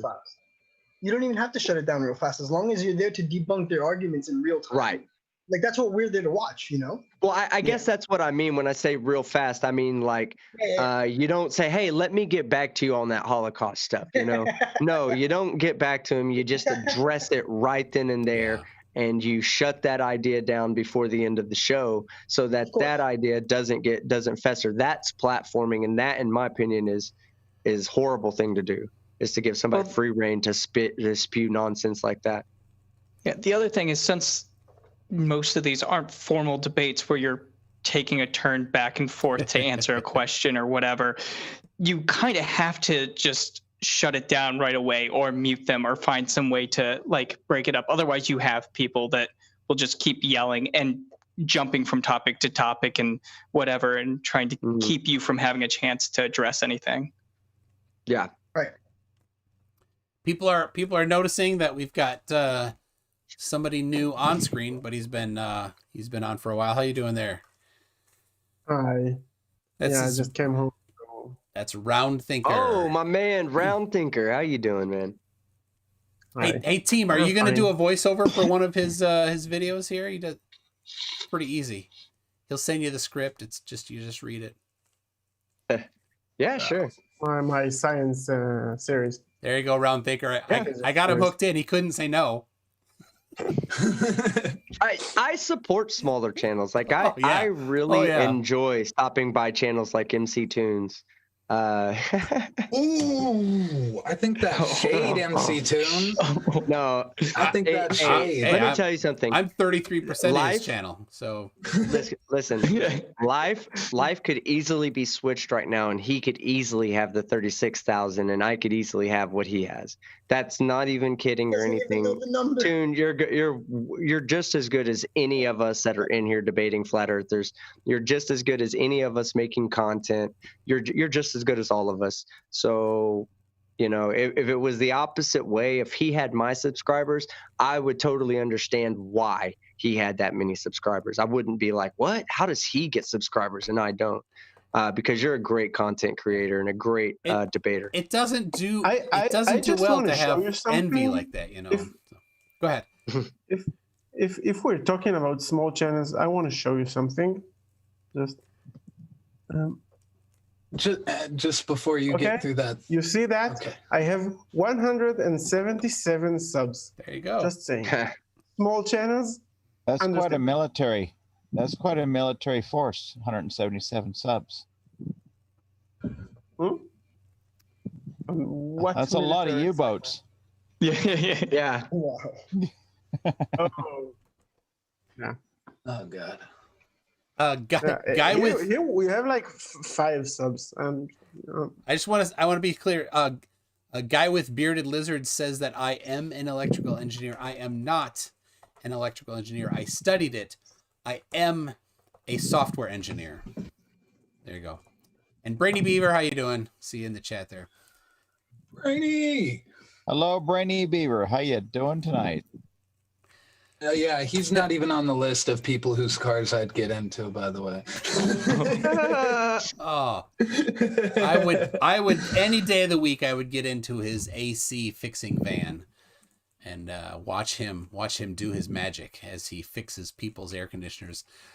Brady Photography. Oh, I thought you were going to say Antichrist instead of AC. Brady Photography is asking if Round Thinker is an Israeli. Yeah. Oh yeah, that's awesome, man. He's even got the that's another thing. Let me tell you something. Of my whole life, right? Let's see. When did I start? I started YouTube 3 years ago, I think, on January 9th. I think it'll be my 3-year anniversary, where I'll be getting into my 4th year. I've never met so many people from around the world as I have being on YouTube. It's been an absolute pleasure to meet all kinds of different people from all kinds of different cultures, including like the people in the LGBT community, because that was not something I was really exposed to a lot before I got onto YouTube. Well, I didn't hold like any kind of like messed up thoughts about them or anything. I'm not saying I changed my mind, because I've changed my mind a long time ago when I graduated high school and went to college.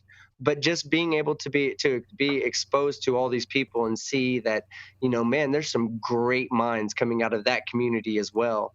And it's just being exposed to everybody has just helped me out socially and just helped me to be a better person. So for all you people out there that are not American, that are not straight white males like me, it's been a pleasure learning to grow because of your presence. That's really cool to hear, team. Honestly. Yeah.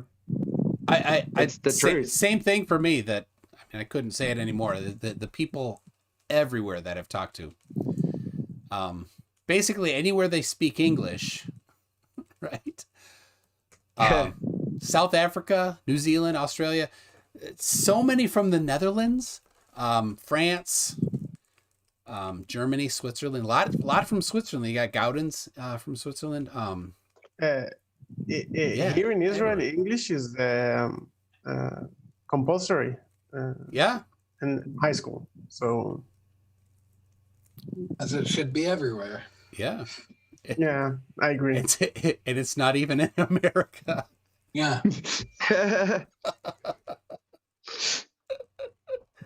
Oh, that's fun. It is if you're going to be a citizen, though. A friend of mine, a guy I work with, is from Tanzania. He won the green card lottery. He's in year 3 right now, and at 5 he can become a citizen. But English is mandatory, at least some level of it, for becoming a citizen that way.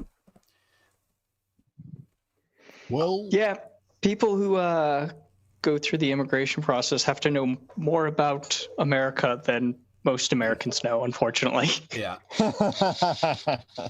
That's the truth. See, I said Australia, and Eileen Dover shows up. Aussie. Jumper Biden. So, and I met, and team, you were talking with Tanner about coming to Minnesota. I went and met him at iFly here, and he did some tricks and stuff in the wind tunnel.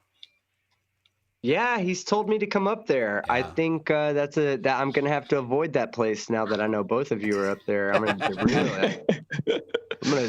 gonna actually, propose to the government to build a wall around Michigan.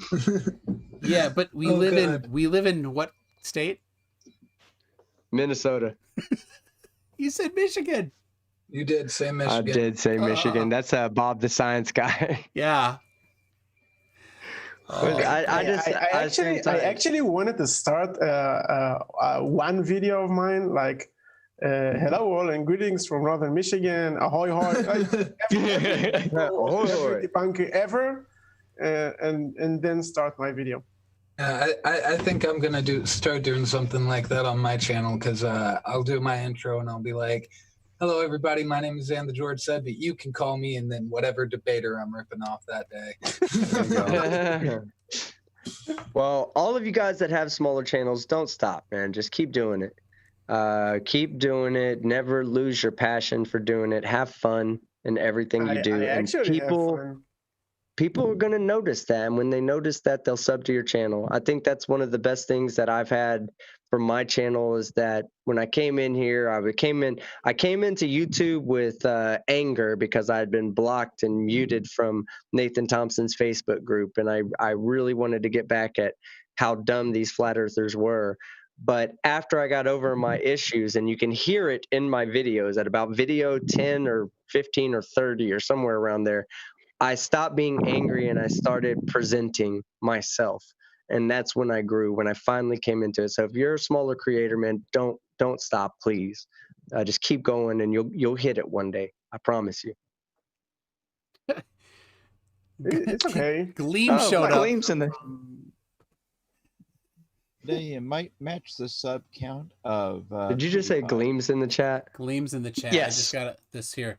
There you go, Gleam. Scared. He's scared. Hey, There you go, the diswrapped Gleam. I challenge you.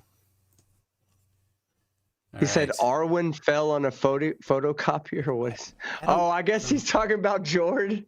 Is that what he's talking about? Probably something about me wanting to. Yeah. It's John and Jordan. Both yeah, John and Jordan, they both do. But I think it's the opposite way around. I think Arwen was actually photocopied from one of them two. See, I think what happened was somebody tried to clone Punchy. That was me. Somebody tried to clone me. That was John. Somebody tried to clone John. That was Arwen. And what do we know from movies every time you clone somebody? Yeah. Yeah. Lose a little bit. And shoot straight. That's. I mean, that third cloning that must have did a lot. What was? After about 3 or 4 clones, their ability to process critical thinking becomes retarded. That's a proper way of using it, right? I just used it properly, right? Yeah, you used it amazingly. The movie is Multiplicity. Yeah. Oh yeah, I know Multiplicity. That's a great fucking movie. That's the one. Great movie. Great movie. There's another one that's not as funny, Michael but Keaton. used a similar idea. Something like William Zero or something. Or what's the Schwarzenegger one where he pulls down his eye, and it's the number of dots in it? Oh, that's how you know how many clones. I don't know. How many clones deep you are. The only thing I can think is Total Recall, but that's it's obviously not. No, I was thinking The Sixth Day, but I don't think it's that one either. Oh, somebody in the chat's got to have it. Is it Twins? Is it Twins with Danny DeVito? It's not Twins. No. And it's not the one where Schwarzenegger got pregnant. And it's not Kindergarten It's not Cop. Terminator. It's Commando. All right. We got 2 people saying Sixth Day. Is it Sixth Day? Yeah. All right. I am number 4. No, that one doesn't have Arnold Schwarzenegger in it. Kindergarten Cop versus Suburban Commando. Who wins? Kindergarten Cop. It's not a tumor. Not a tumor. Oh, Last Action Hero. Oh. Well, what was the Christmas movie with Arnold Schwarzenegger? Christmas All the Way. Jingle All the Way. Yeah, Jingle All the Way. Yeah, that with Sinbad. Yeah, that was a regular movie that would play in my house. Not even around Christmas time. Just it'd always be on. I love the Santa Claus fight. Oh, we're gonna have to. We watch a lot of Christmas movies in December, and how about a movie that The Rock was in, Tooth Fairy? Is Die Hard a Christmas movie? Yes. Die Hard is the Christmas movie. 1 and 2 are. None of the other ones are. I'm not watching that one with the family, by the way.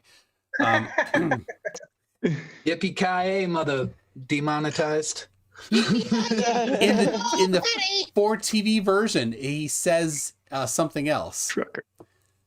Mr. Oh, and it's off, and the voices are off from his mouth. Yeah, it's crazy. Yippee-ki, Mr. something.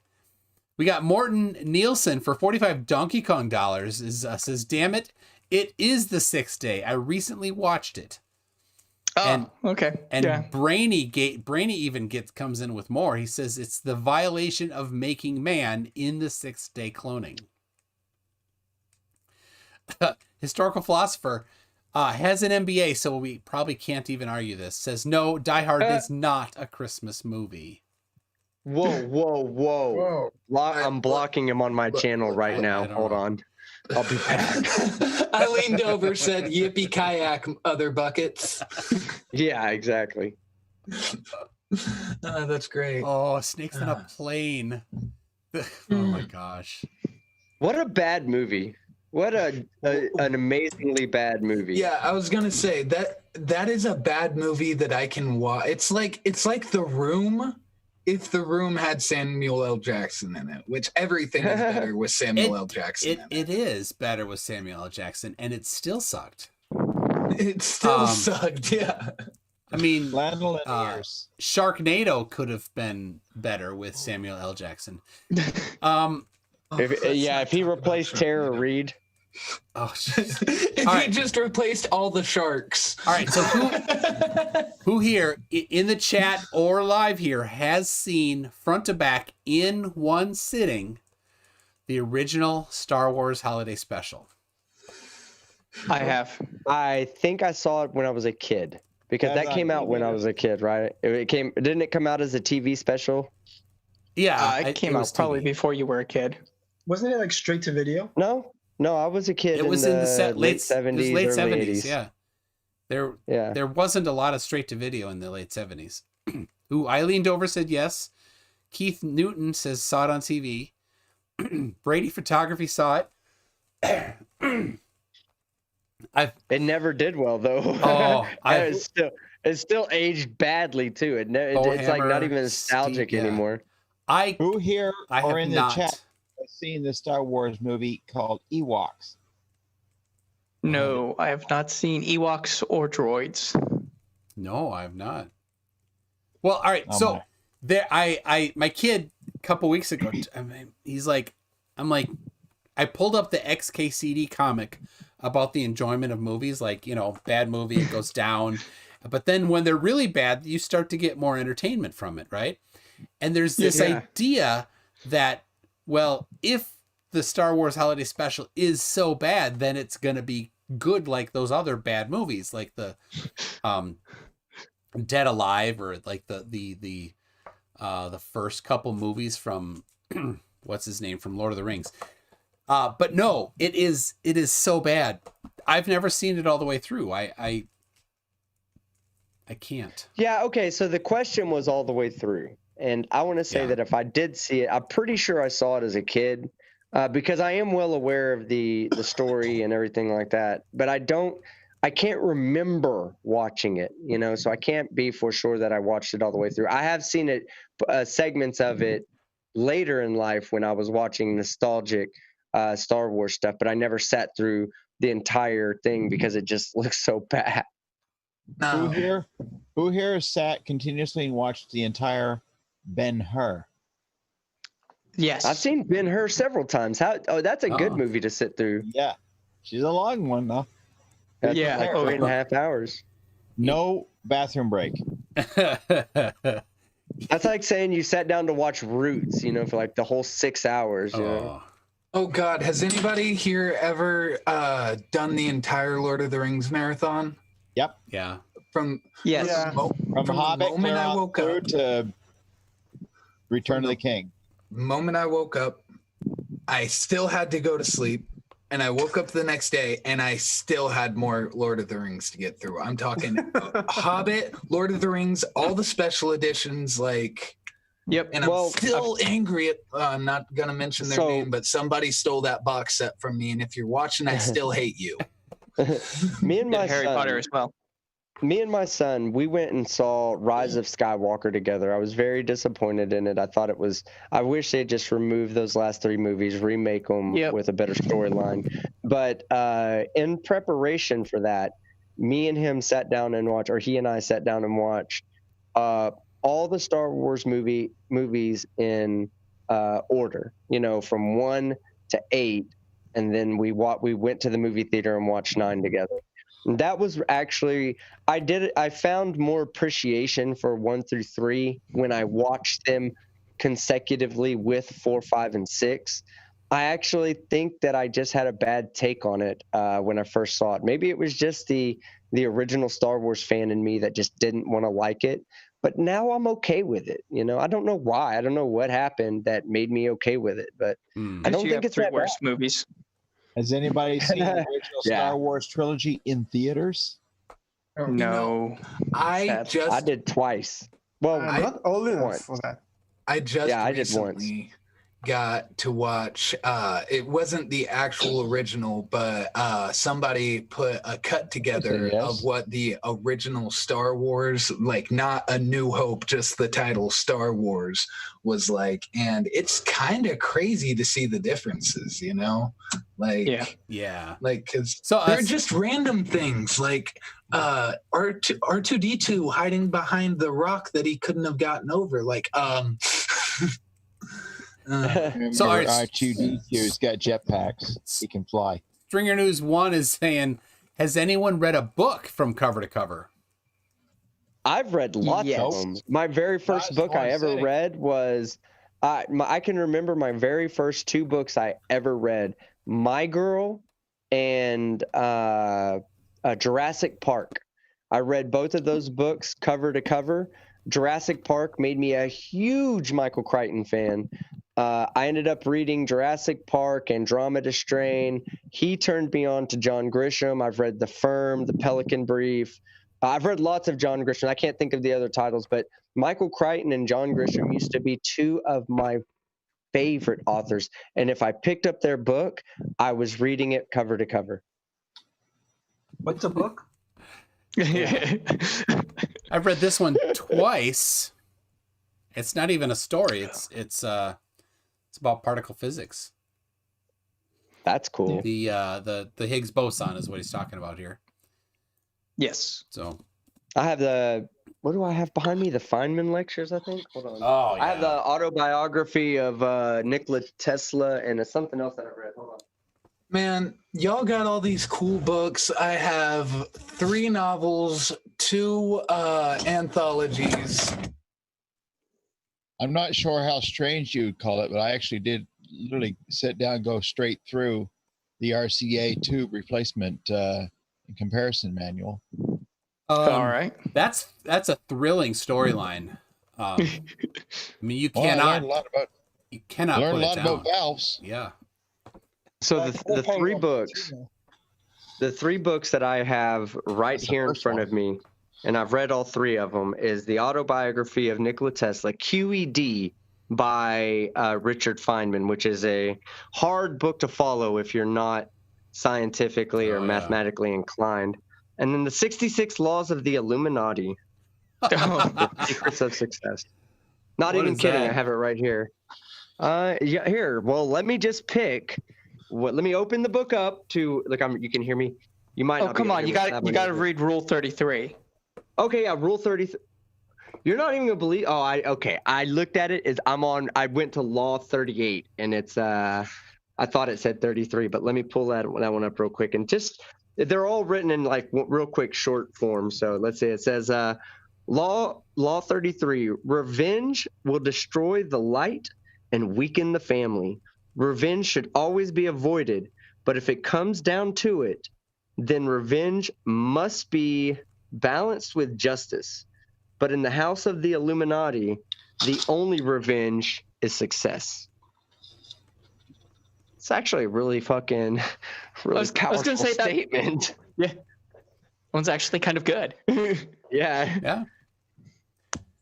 Fohammer says, MC Toon, you'd like Dietrich Bonhoeffer's biography. Yep, probably. My list of things I'd like to digest is big. People send me videos every day to watch, and I can't keep up with just that. Dude, I have a question. If you could read one flat earther's autobiography, who would it be? Oh, none. Samuel Rowbotham. Yeah, a proper like tell all. Yeah, truthfully, yes, because he was a Samuel. He was a scumball. I'd love to hear the truth about it.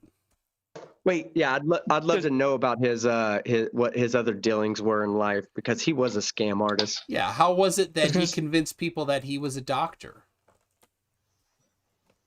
Right? Yeah. Does that include people from like pre-2000 years ago? Because Right. Okay. Yeah, Jesus. I'd like to know Jesus' Moses autobiography. wasn't a flat earther. Fair point. No, if we're talking about a honestly, I don't have a problem with D Marble. I think he's a moron, obviously, but I would be interested in his autobiography. I know that he used to be into like a lot of bodybuilding and a lot of training. So I would love to hear his story from being a successful person in life to being an absolute failure of a flat earth idiot. Like, that book would be an amazing book. Yeah. Hello, Bunny Killer. Yep. Bunny Killer's been in the chat for a while. Yep. So I put a link up to my Discord. Oh, I see. You want to snag it and spam it? But yeah, man, that's who I'd read an autobiography. What's your favorite book you've ever read, Toon? Oh man, I did like that one. Let me ask you a question. What was the one that most emotionally grabbed you? Because books emotionally affect me. Emotionally? I get so. Oh God, yeah. Oh. My Girl, I'll never forget it. I went down to my mom, and when I was done with My Girl, and I took the book down with me, and I just went down and I grabbed her and I hugged her, and I was like, he died, and I cried in her and like to her, you know. Wow. About the young, I can't remember his name, the kid that died, and it was played by Macaulay Culkin in the movie, yeah. But in the book, it was so much better in the book. And when I read it, I tried to be a tough guy about it, and I just couldn't. And the only person that I felt could console me was my mother. Wow. And it's still to this day one of my favorite books to read. I think it was my very first one. And that's when I said reading books is something because a good author knows how to convey the story. Like, if you can think, you're reading 300 pages, and in a movie, they're putting that all in about 75 minutes. Yeah, you don't have So enough. They take a lot of liberties to not give you the insight as to what somebody's feeling or their true emotions. And when I read those books, when I was reading books, I would get I would just close my eyes and think, like, when I would get done reading something and just like visualize the whole scene out in my head. And when I did that, man, when I got done reading My Girl, I went down and I cried to my mom. I was like, it's unfair. They shouldn't have done that to him.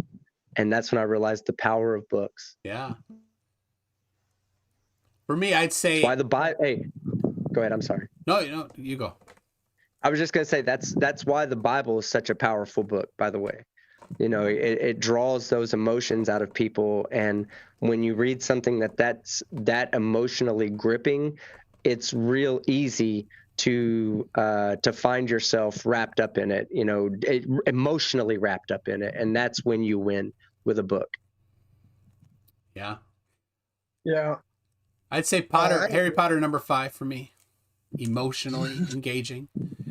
They were bad emotions, negative emotions. I like Harry Potter 7. Harry Potter and Method of Rationality.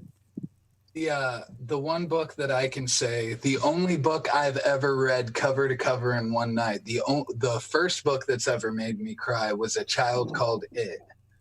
That book, I can't read that book.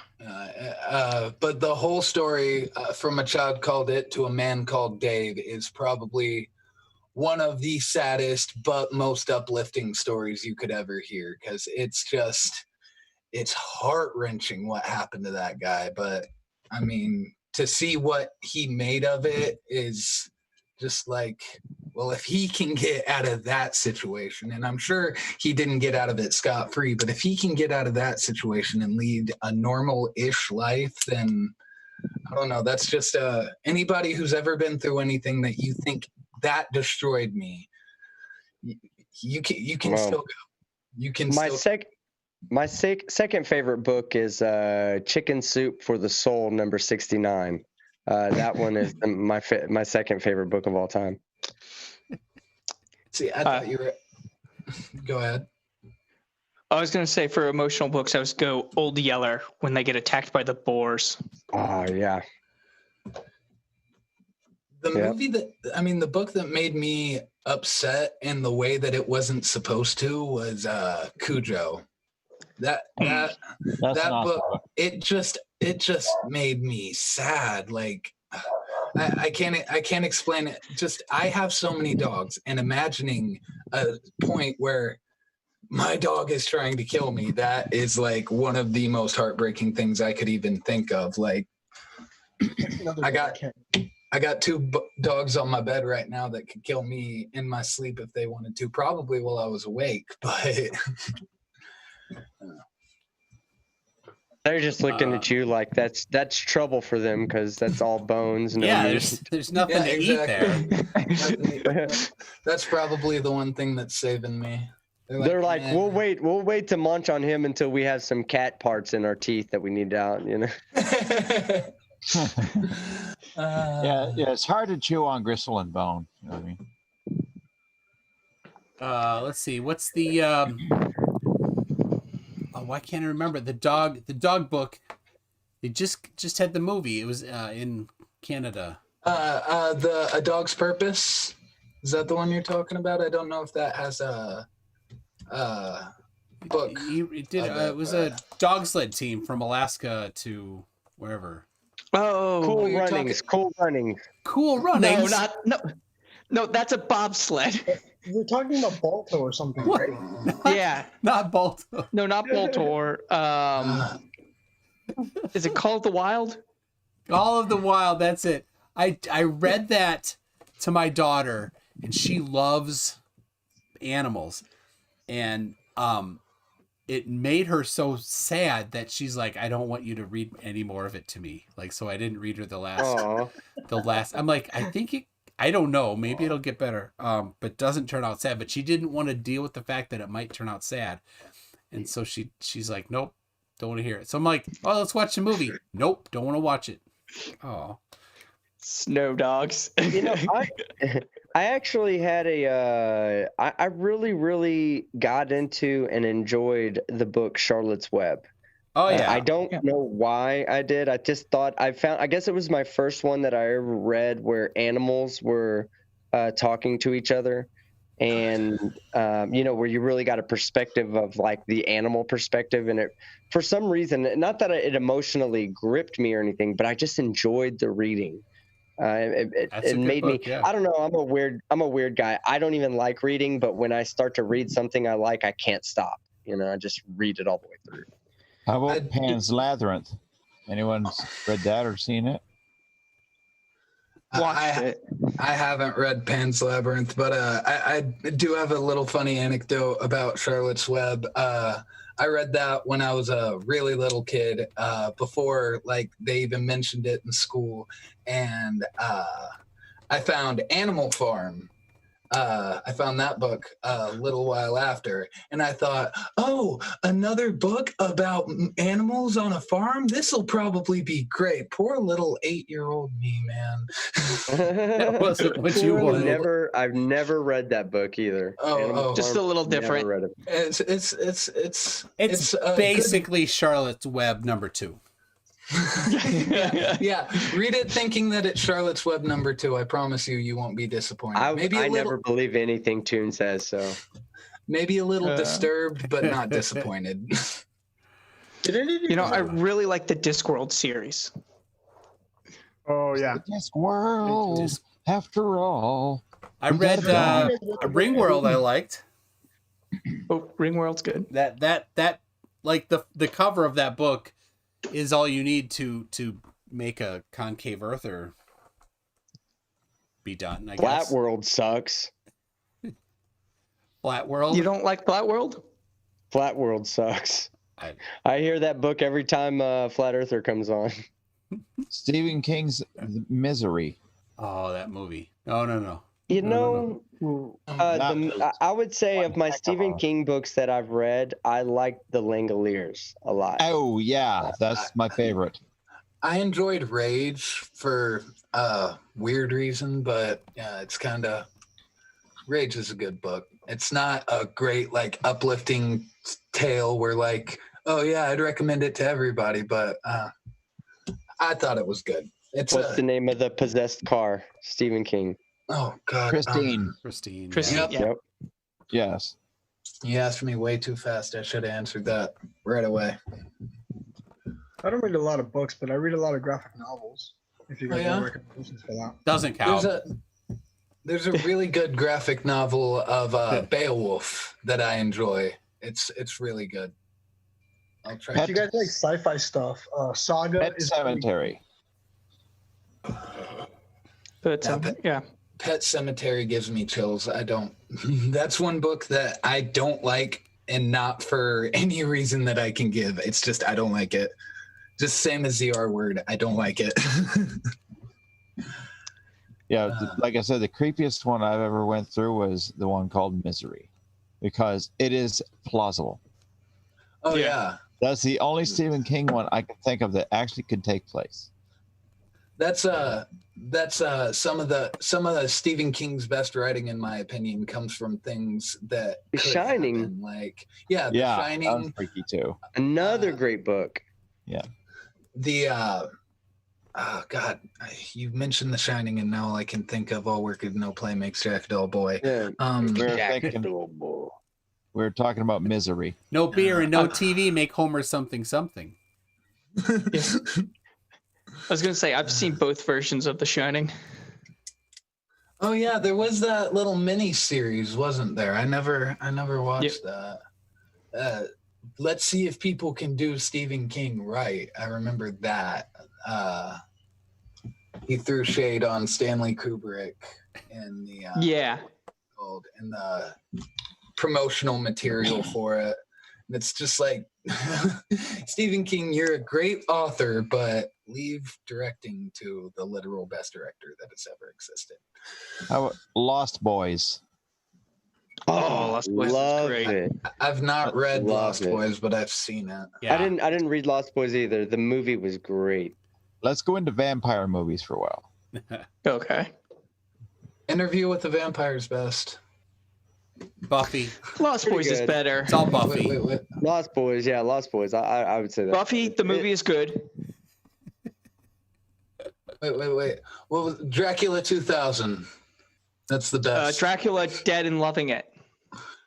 Vampire in Brooklyn. Underworld. Come on.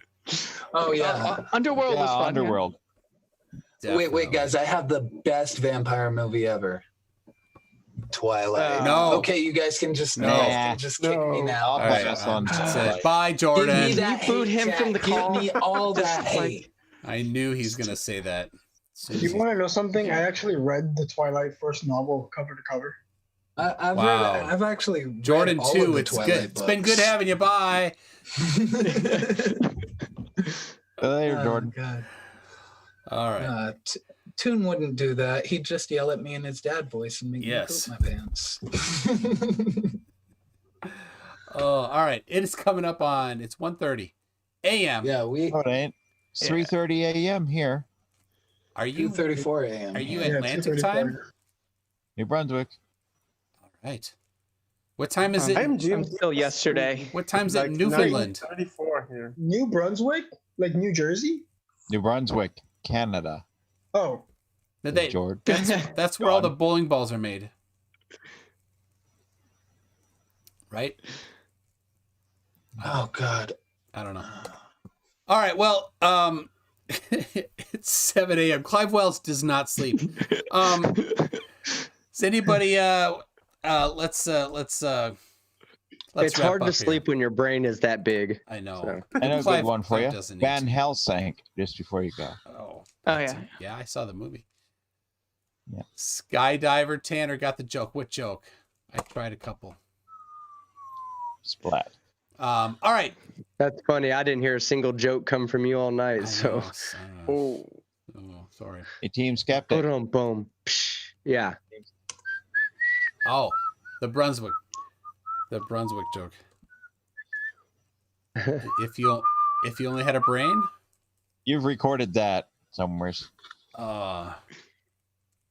Turn your camera on. I'll believe that you're whistling that. Let's see, Keith. I'm not whistling. Keith Newton. That wasn't me. Keith Newton says, I recently moved and I think I found the whole Ringworld series of books, including Protector. I read the first one twice. I read the second one part way. That's it. I like the first one. Maybe I did all the second.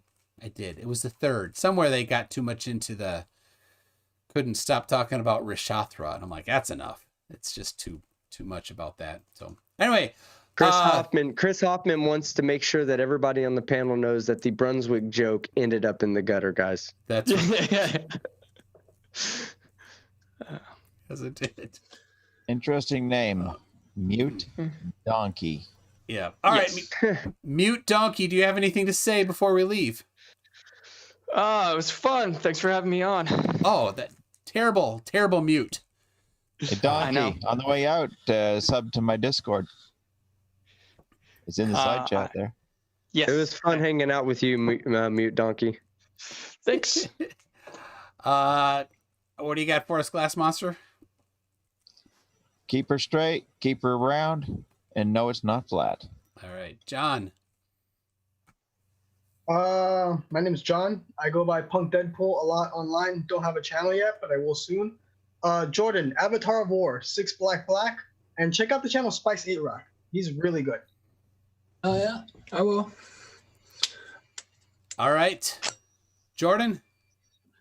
Yeah, guys. I love being on MC Toon's channel, but I'm gonna start live streaming myself. So I'm gonna put my link in the chat. Go sub to me if you'd like. Please go watch my Bart K video. I spent so much time on it, and it's only got 50 views, and I'm upset about it. But yeah, yeah, just go sub to me. Go watch me. You just need to get 33 to want it to be the most viewed. Yeah. We need to get 33 on my channel. I'm sure he'd be the most viewed video there. Well, post it on my Discord.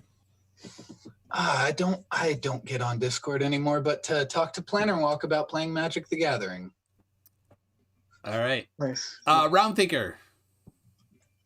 It was a pleasure, as always. Team, I'll send you the script for my next physics episode. It's about the trajectory equation. I'm just finishing ballistics. Oh, cool. Can I do calculus with it? Are you gonna at least have calculus in there so I can talk like on things I love? Watch my series. I've sent some of the links, if I remember correctly, in the Twitter group. I'm pretty sure they booted me from that group, so you'll have to send it to me. Okay, I'll send it to you somehow. Discord. Discord always works for us. Yeah. Okay. All right, and team. I'll send it. Oh man, I'm just having a good time, loving being here, and you're amazing, Toon. I'm dead tired, but you're amazing, and I would stay up to listen and be on this panel any and every day of the week. Thank you for having me on. Then I will. I'm kidding. God damn! I need to stop saying. I need to stop saying. What's that? Oh, okay. Go on. Nothing. I was just saying I need to quit obligating myself around Toon. I'm just kidding. All right. Well, everybody, thank you. Give it a thumbs up and whatever else. We'll catch you later. Bye. Good night, everyone. Later.